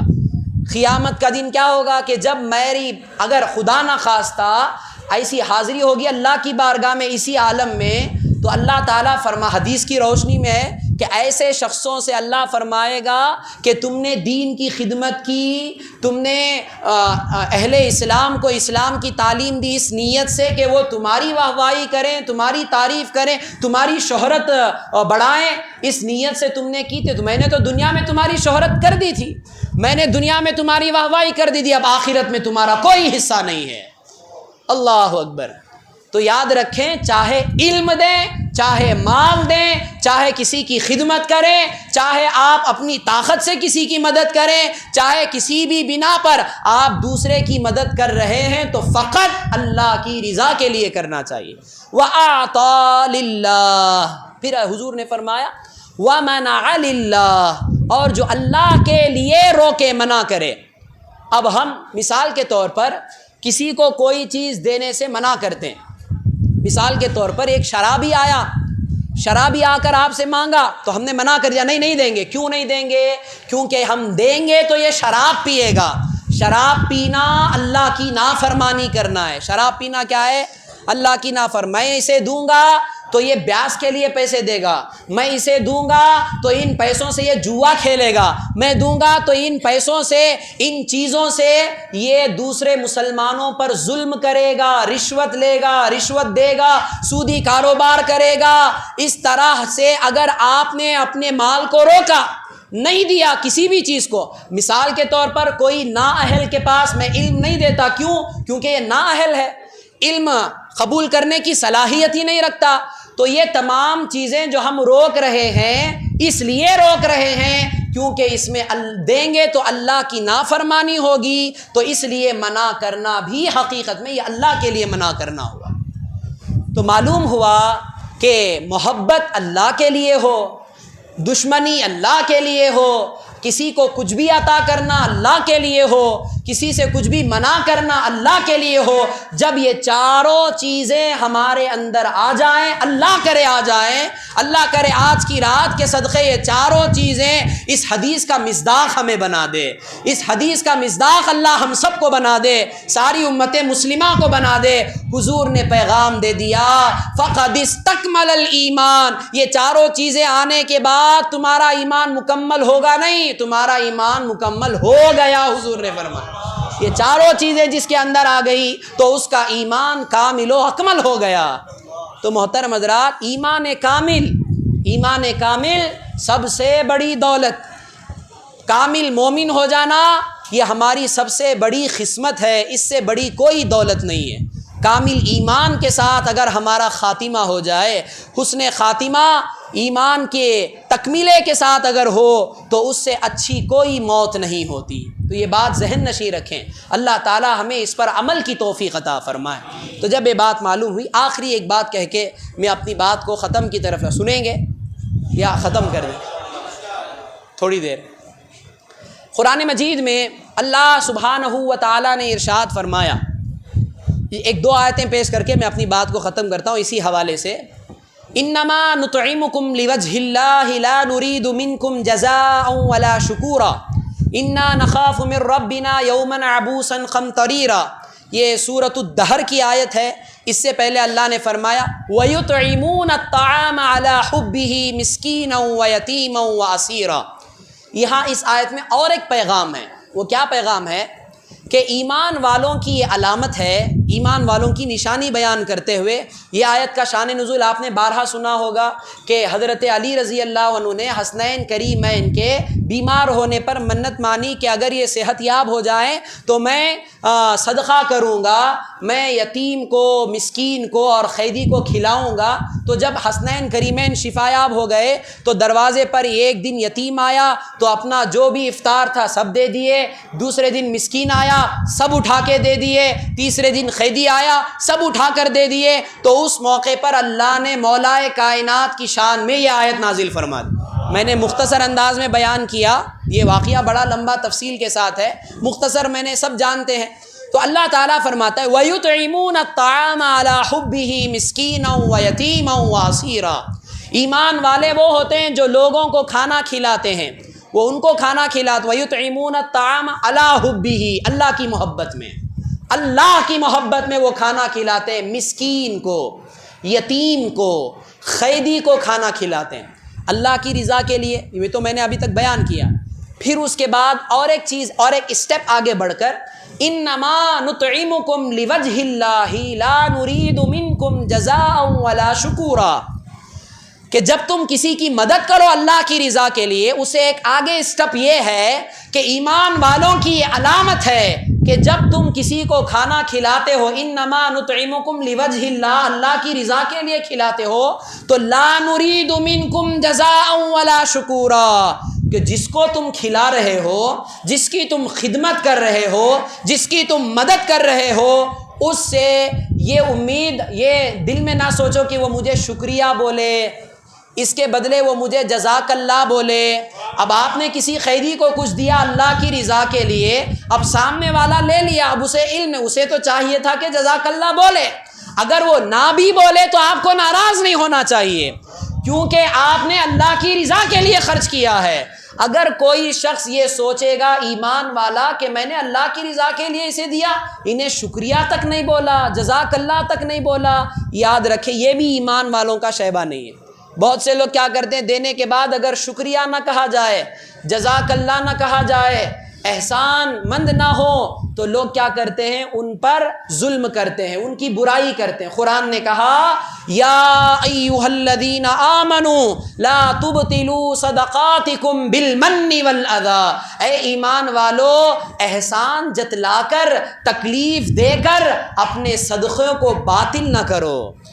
اگر تم نے مسکین کو صدقہ دیا، اللہ کی رضا کے لیے دیا، دینے کے بعد اگر تم نے احسان جتایا، اس مسکین کو تکلیف پہنچائی، اس مسکین کو برا بھلا کہا، تو تمہارا یہ دینا سب بیکار ہو جائے گا، باطل ہو جائے گا، یہ خدمت تمہاری رائے گا چلی جائے گی اللہ کی بارگاہ میں۔ تو لہٰذا خدمت کریں، اللہ کی رضا کے لیے کریں، اور یہ نیت بھی رکھیں کہ سامنے والے سے جزا اور شکر کی امید نہ رکھیں، یعنی اس کی خواہش نہ رکھیں۔ یہ چیز ہو گئی۔ اب خدمت کن کاموں میں کرنا، کن کاموں میں نہیں کرنا، وہ سن لیں۔ وَتَعَاوَنُوا عَلَى الْبِرِّ وَالتَّقْوَى، قرآن سورۃ المائدہ میں اللہ فرماتا ہے وَتَعَاوَنُوا عَلَى الْبِرِّ وَالتَّقْوَى وَلَا تَعَاوَنُوا عَلَى الْإِثْمِ وَالْعُدْوَانِ۔ جب بھی تم کسی کی خدمت کرو تو یہ دیکھو کہ جو تم خدمت کر رہے ہو، یہ جس اعتبار سے تم خدمت کر رہے ہو، نیک کام ہو۔ نیک کاموں میں ایک دوسرے کی مدد کرنے کا حکم قرآن دیتا ہے۔ نیک کاموں میں یہ ایک دوسرے کی خدمت کرنے کا حکم قرآن دیتا ہے۔ گناہ کے کاموں میں ایک دوسرے کی مدد نہ کرو۔ جہاں گناہ عام ہو رہا ہے، جہاں گناہ کا کام پھیل رہا ہے، اب اس سے میں ایک مثال دے کر عرض کرتا ہوں، جہاں جن اداروں سے، جن جگہوں سے گمراہیت پھیل رہی ہے، جن جگہوں سے بدعقیدگی پھیل رہی ہے، جہاں سے رسول اللہ کی گستاخی سکھائی جاتی ہے، ویسی جگہوں پر اپنی مالی امداد نہ کرو، وہی مال خرچ کرو جہاں عشق رسول کی تعلیم دی جاتی ہے، جہاں عاشق رسول بنایا جاتا ہے، جہاں آپ کو سچا ایمان والا بنایا جاتا ہے، جہاں آپ کو سچے اسلام کی تعلیم دی جاتی ہے، وہاں اپنے مال کو خرچ کر کے برباد نہ کرو جہاں بدعقیدگی کے سوا کچھ نہیں ملتا۔ یاد رکھے دیوبندیت کے دو اصول ہیں، ایک ہے جھوٹا پن، بے حیائی، جھوٹا پن بے حیائی، اس کے سوا کچھ نہیں ہے۔ یہاں یاد رکھیں، میں یہ عرض کر رہا ہوں اس لیے بہت سے لوگ اس سے ناواقف ہیں، تو لہٰذا اپنی جو زکوٰۃ ہو یا صدقہ ہو یا کسی بھی قسم کی دینی خدمت ہو، تو ان خدمتوں میں انہی لوگوں کو آپ زیادہ پریفر کریں جہاں عشق رسول کی تعلیم دی جاتی ہے، جہاں صحیح ایمان کا درس دیا جاتا ہے۔ تو لہٰذا دینی خدمت میں آپ بڑھ چڑھ کر حصہ لیں۔ خدمت خلق حقیقت میں خدمت دین ہی ہے، خدمت خلق حقیقت میں خدمت دین ہی ہے، تو لہٰذا دین کی خدمت بھی ہمیں کرنا چاہیے۔ دین کی خدمت کئی طریقوں سے آپ کر سکتے ہیں، علم ہے تو علم پہنچائیں، دین کی خدمت آپ اپنا وقت دیں، یہ بھی دین کی خدمت ہے۔ آپ کے پاس علم بھی نہیں ہے، مال بھی نہیں ہے، کچھ حیثیت نہیں، تو آپ اپنا وقت دیں۔ وقت تو سب کے پاس ہوتا ہے، وقت سب کے پاس ہوتا ہے، تو وقت کے ذریعے بھی دین کی خدمت کی جا سکتی ہے۔ اب ہم یہاں بیٹھے ہیں، ہم یہاں بیٹھ کے سن رہے ہیں، اپنا وقت دے رہے ہیں، یہ بھی دین کی خدمت ہے، یہ بھی دین کی خدمت ہے۔ کچھ سیکھنا، کچھ سکھانا، امر بالمعروف و نہی عن المنکر، نیکی کی دعوت دینا، نیکی کی دعوت دینا، برے کام سے روکنا، یہ دین کی سب سے بڑی خدمت ہے، سب سے بڑی خدمت ہے۔ مال دے دینا یقیناً یہ بھی خدمت ہے، لیکن دین کی سب سے بڑی خدمت کیا؟ امر بالمعروف و نہی عن المنکر، نیکی کا حکم دینا، بری بات سے منع کرنا، یہ دین کی سب سے بڑی خدمت ہے۔ تو لہٰذا اپنے آپ کو یہ سمجھ کے خاموش نہ رکھیں کہ مجھے سب آتا ہے، مجھے سب معلوم، مجھے نماز بھی پڑھنی آتی ہے، مجھے غسل وضو سب آتا ہے، نہیں، یہ سمجھ کے آپ نہ رہیں۔ دین کی خدمت میں اپنا وقت ضرور آپ دیں، جہاں جیسا موقع ملے۔ جہاں جیسی تحریک ہو، جہاں جیسے لوگ آپ کو دین کی طرف دعوت دیں صحیح معنوں میں اہل سنت و جماعت والے، تو آپ ضرور بھی ضرور ان کا ساتھ دیں۔ اب مثال کے طور پر چھپانے کی بات نہیں ہے، ہمارے درمیان دعوت اسلامی کی تحریک ہے، دعوت اسلامی الحمدللہ نیکی کی دعوت میں بڑھ چڑھ کر حصہ لیتی ہے۔ تو جو احباب دین کی خدمت چاہتے ہیں، وہ چاہتے ہیں کہ میں دین کی خدمت کروں، آپ دعوت اسلامی میں مالی امداد بھی کر سکتے ہیں، آپ اپنا وقت دے کر بھی دین کی خدمت کر سکتے ہیں، آپ کسی بھی زاویے سے آپ جائیں انشاءاللہ دین کی خدمت ہوگی، اس میں آپ کا بھی فائدہ ہوگا، اس میں آپ کا زیادہ فائدہ ہوگا۔ تو لہٰذا آپ کی آخرت سنورے گی، آپ کی دنیا کے مسائل، آپ کے اخروی مسائل، صحیح صراط مستقیم کیا ہے وہ معلوم ہوگا، آپ کی عبادتیں درست ہوگی، یہ تمام چیزیں ہوگی تو دین کی خدمت میں آپ بڑھ چڑھ کر حصہ لیں۔ یہ ایک مثال دے کر میں اپنی بات کو ختم کر دیتا ہوں۔ دنیاوی معاملات میں ہم ایسی چیزوں کو پریفر کرتے ہیں جس کا ایکسپائری ڈیٹ جو ہوتا ہے وہ زیادہ ہو۔ ایک چیز ہمارے سامنے آئی، ایک ہی چیز ہے، اگر اس کا ایکسپائری ڈیٹ جس کا زیادہ ہوتا ہے، زیادہ دن تک چلتا ہے، اس کو ہم سلیکٹ کرتے ہیں۔ مثال کے طور پر ایک شہد کی ڈبی ہے، اس میں لکھا ہوا ہے کہ اس کا ایکسپائری ڈیٹ 6 مہینے کے بعد ختم ہونے والا ہے، اور ایک ڈبی میں ہے کہ اس کا ایکسپائری ڈیٹ 1 سال کے بعد ختم ہونے والا ہے۔ تو کس چیز کو ہم سلیکٹ کریں گے؟ 1 سال کے بعد جو ایکسپائری ڈیٹ ہوتا ہے اسے ہم حاصل، کیوں؟ کیونکہ یہ زیادہ دن تک چلے گی، یہ زیادہ دن تک چلے گی، زیادہ دن تک ہم اس سے فائدہ اٹھائیں گے۔ لیکن یاد رکھیں دین کی خدمت، امر بالمعروف و نہی عن المنکر، یہ ایسی خدمت، ایسا سلیکشن ہے کہ آپ اسے سلیکشن کریں گے تو اس کا ایکسپائری ڈیٹ ہی نہیں ہے، یہ لائف ٹائم چلنے والی ہے، یہ دنیا میں بھی ہمیشہ چلے گی، اور یہ عمل خبر میں بھی کام آئے گا، آخرت میں بھی کام آئے گا۔ تو دنیاوی چیزوں میں ہم پریفر کرتے ہیں، دنیاوی چیزوں میں ہم عقل دوڑاتے ہیں کہ یہ چیز نہیں لینا، یہ چیز لینا، یہ چیز ہم پھینک دینا، یہ چیز سلیکٹ کرنا۔ دنیاوی حد تک تو ہماری عقلیں دوڑتی ہیں، ہماری فکریں کام کرتی ہیں، لیکن جہاں دین کی بات آتی ہے تو مجھے یہ پریشانی، مجھے یہ فکر، مجھے یہ سب یاد آ جاتا ہے۔ لیکن یاد رکھیں دین کی خدمت میں جب آپ اپنا حصہ لیں گے، آپ کسی دینی خدمت کو سلیکٹ کریں گے تو یاد رکھیں اس کا کوئی ایکسپائری ڈیٹ نہیں ہوتا، وہ ہمیشہ کے لیے آپ کے لیے چلنے والی چیز ہوتی ہے، یہ صدقہ جاریہ ہو جاتا ہے۔ یہ دین اسلام، یہ دین کی خدمت جب تک آپ زمین پر ہیں تب بھی آپ کو فائدہ پہنچائے گی، جب آپ قبر میں چلے جائیں گے تب بھی وہاں وہ خدمت آپ کو فائدہ پہنچائے گی، جب میدان محشر میں اللہ کی بارگاہ میں آپ اٹھیں گے وہاں بھی وہ خدمت آپ کے کام آئے گی، آپ کا بیڑا پار ہو جائے گا۔ تو دین کے کاموں میں بھی اپنی عقل، اپنی فکر، اپنی جو کچھ بھی آپ کی بساط، آپ کی حیثیت ہے، اس میں بھی آپ غور و فکر کریں۔ آج ہمارا ماحول کیا ہے کہ دنیاوی دولت کیسے حاصل کرنا، دنیاوی شہرت کیسے حاصل کرنا، اس میں ہم اپنے عقل کے گھوڑے بہت دوڑاتے ہیں، لیکن دینی کاموں میں بھی ہمیں حکمت اپنانی چاہیے، دینی کاموں میں بھی، دینی خدمت میں بھی ہمیں اپنی پوری عقل اور فکر کو استعمال کرنا چاہیے، لیکن ہم نہیں کرتے۔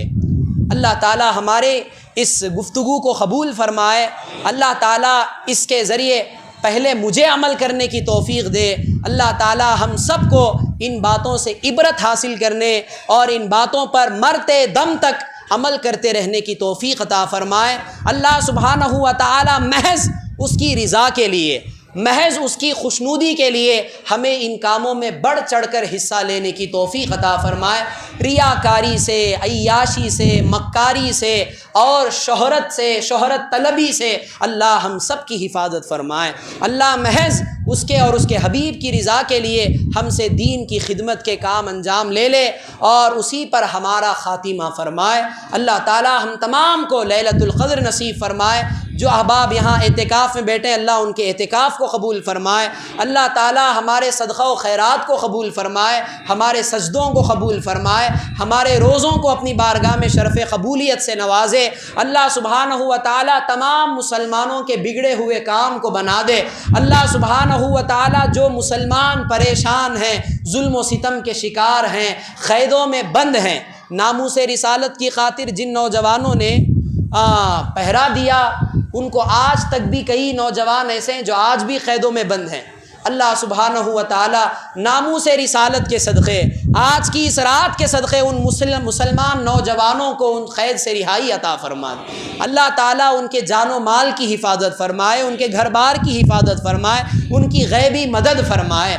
اللہ سبحانہ و تعالیٰ تمام مسلمانوں کے بگڑے ہوئے کام بنا دے، اللہ اس کی رضا ہمارا مقدر بنا دے، اللہ ہمیشہ ہم سے راضی ہو جائے، اللہ ہمیشہ ہم سے راضی ہو جائے، اللہ سبحانہ و تعالیٰ اس کی ناراضگیوں سے ہماری حفاظت فرمائے، اللہ اس کی رضا ہمارا مقدر بنا دے، اللہ اپنے فضل و کرم کی برسات ہر آن و لحظہ ہم پر جاری و ساری فرمائے۔ اللہ سبحانہ و تعالیٰ ایسی مقدس راتیں، ایسا مقدس مہینہ، ایسی مقدس گھڑیاں ہمیں زندگی میں بار صحت و عافیت کے ساتھ عطا فرمائے۔ محض اس کی رضا کے لیے ہم زندگی گزاریں، محض اس کی رضا کے لیے ہم نیک کام کریں۔ اللہ ایسی توفیق ہمارا مقدر بنا دے، اللہ ہر اس شر سے ہماری حفاظت فرمائے جس شر سے اللہ ناراض ہوتا ہے، جس کام سے اللہ ناراض ہو، اے مولا اس شر سے ہماری حفاظت فرما، اس کام کو ہم سے دور فرما دے۔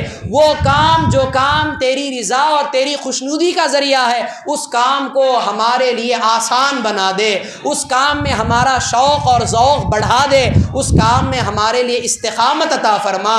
پروردگارہ ہمیں غیروں کا محتاج نہ بنا، محتاج بنا تو اپنا محتاج بنا۔ پروردگارہ اگر تیرا رحم و تیرا کرم یہ ایک لمحے کے لیے بھی ہم سے منقطع ہو جائے، مولا ہم ایمان والے نہیں رہیں گے۔ ہم جو ایمان والے ہیں، آج جو ہم غلامی مصطفیٰ پر ہم ناز کرتے ہیں، یہ تیرا ہی کرم ہے، یہ تیرا ہی فضل ہے۔ اگر تیرا رحم و کرم، تیرا فضل یہ ایک لمحے کے لیے بھی ہم سے جدا ہوا، ہم کہیں کے نہیں رہیں گے، ہماری کوئی حیثیت نہیں رہے گی۔ آج جو بھی ہیں ہم غلامی مصطفیٰ کی نازوں کی وجہ سے ہم ہیں۔ مولا اس رحم و کرم کو ہمیشہ ہمیشہ کے لیے ہم پر جاری و ساری فرما، یہ ایک لمحے کے لیے بھی اس کرم کو ہم سے جدا نہ فرما۔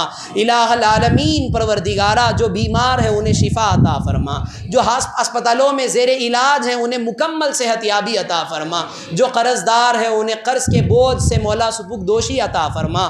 پروردگارہ جو بے اولاد ہیں انہیں نیک صالح اولاد عطا فرما۔ پروردگارہ جو اولاد والدین اولاد کی نافرمانی کی وجہ سے پریشان ہیں، مولا ان بچوں کو والدین کا فرما بردار بنا، ان بچوں کو والدین کی آنکھوں کی ٹھنڈک بنا، ان بچوں کو دین کا داعی بنا دے۔ پروردگارہ ہمیں دین اسلام کے ہر حکم پر عمل کرنے کا شوق و ذوق عطا فرما، آقا علیہ السلام کی سنتوں کو سیکھنے اور ان سنتوں کو اپنی زندگی میں لانے کی ہمیں توفیق عطا فرما۔ پروردگارہ جو نیکیوں سے ہم ناواقف ہیں، جن سنتوں سے ہم ناواقف ہیں، جن علوم سے ہم ناواقف ہیں، تیرے خزانہ کرم میں کسی چیز کی کمی نہیں ہے۔ پروردگارہ صحابہ کرام کے علم کا صدقہ ہمیں عطا فرما، ان کے عمل کا صدقہ عطا فرما، ان کے تقوی کا صدقہ عطا فرما۔ الہ العالمین پروردگارہ ہم سب کے مرحومین کی بے حساب مغفرت فرما، جن کے والدین انتقال کر چکے ہیں مولا ان کی قبروں پر نور و انوار کی برسات نازل فرما دے۔ پروردگارہ جو احباب پچھلے سال ہمارے ساتھ رہے، اس سال موجود نہیں ہے، مولا ان سب کی مغفرت فرما، ان سب کی خبروں پر نور و انوار کی برسات نازل فرما دے، ان سب کی خبروں کو جنت کے باغوں میں سے ایک باغ بنا دے۔ پروردگارہ ہمارے والدین جن کے بھی والدین باحیات ہیں، ان کا سایہ ان کے بچوں پر صحت و عافیت کے ساتھ دراز فرما، والدین کی خدمت کی توفیق عطا فرما۔ پروردگارہ والدین کی صحیح معنوں میں محض تیری رضا کے لیے ہمیں خدمت کی توفیق عطا فرما، والدین کی دعائیں لینے کی ہمیں توفیق عطا فرما۔ الہ العالمین پروردگارہ جن کے والدین بچوں سے ناراض ہیں، جو بچے والدین کو ناراض کیے ہوئے ہیں، مولا ان والدین اور بچوں میں محبتیں عطا فرما، بچوں کو والدین کا اکرام کی توفیق عطا فرما، بچوں کو والدین کی تعظیم کی توفیق عطا فرما، والدین کے حقوق ادا کرنے کی توفیق عطا فرما۔ الہ العالمین تمام کے گھروں میں اسلامی ماحول بنا دے، مولا اسلامی ماحول پیدا فرما دے۔ الہ العالمین ہم تجھ سے آج کی رات بھیک مانگتے ہیں، مولا جب تک ہم اس دنیا میں رہے ایمان پر استقامت عطا فرما۔ پروردگارہ جب ہمارا خاتمہ ہو مولا ایمان کامل کے ساتھ ہمیں موت عطا فرما، شیطانی وسوسوں سے ہماری حفاظت فرما، نفسانی شرارتوں سے ہماری حفاظت فرما۔ پروردگارہ ہمیں کافروں کے ظلم و ستم سے محفوظ رکھ، ظالم حکومتوں سے ہماری حفاظت فرما، ہمیں عادل حکمران عطا فرما، ہمیں عادل حکمران عطا فرما، ظالموں کے ظلم سے ہماری حفاظت فرما، حاسدوں کے حسد سے ہماری حفاظت فرما، کافروں کے کفر سے ہماری حفاظت فرما۔ جو بچے امتحانات دے چکے یا امتحانات دے رہے ہیں ان تمام مسلمان بچے اور بچیوں کو کامیابی عطا فرما، اعلیٰ سے اعلیٰ نمرات میں مولا کامیابی عطا فرما، دینی و دنیاوی تمام کامیابیاں نصیب فرما۔ الہ العالمین دین میں ترقیاں عطا فرما، دنیاوی اعتبار سے بھی ترقی عطا فرما، ہمیں کسی بھی اعتبار سے غیروں کا محتاج نہ رکھ، کسی بھی اعتبار سے مولا ہمیں غیروں کا محتاج نہ رکھ۔ مولا اپنی شان غنا کے صدقے ہم سب کو بھی غنی بنا دے، مولا ہم سب کو بھی دینے والا بنا دے، مولا ہم سب کو بھی دینے والا بنا دے۔ تیری راہ میں ہی ہمارے ہاتھ اٹھے مولا، ایسی ہمیں دولت دے دے، غیروں کے سامنے ہمارے ہاتھ نہ پھیلے مولا، ہمیں ایسی طاقت عطا فرما، ایسی قوت عطا فرما۔ پروردگارہ ہماری محتاجی سے ہماری حفاظت فرما، پروردگارہ محتاج رہیں تو صرف تیرے محتاج رہیں، ایسی زندگی ہمیں عطا فرما۔ جو احباب صحت کی وجہ سے پریشان ہیں مولا انہیں صحت عاجلہ کاملہ مستمرہ دائمہ نصیب فرما۔ الہ العالمین پروردگارہ ہم سب کی دعاؤں کو آقا علیہ السلام کے صدقے، تیرے محبوب اور مقبول بندوں کے صدقے، بالخصوص لیلۃ القدر کے صدقے مولا شرف قبولیت عطا فرما۔ قال الله تبارك وتعالى في شان حبيبه الكريم إن الله وملائكته يصلون على النبي يا أيها الذين آمنوا صلوا عليه وسلموا تسليما اللهم صل على سيدنا محمد وعلى آل سيدنا محمد وبارك وسلم صلاة وسلاما عليك يا رسول الله صلى الله تعالى عليك وسلم سبحان ربك رب العزة عما يصفون وسلام على المرسلين والحمد لله رب العالمين لا إله إلا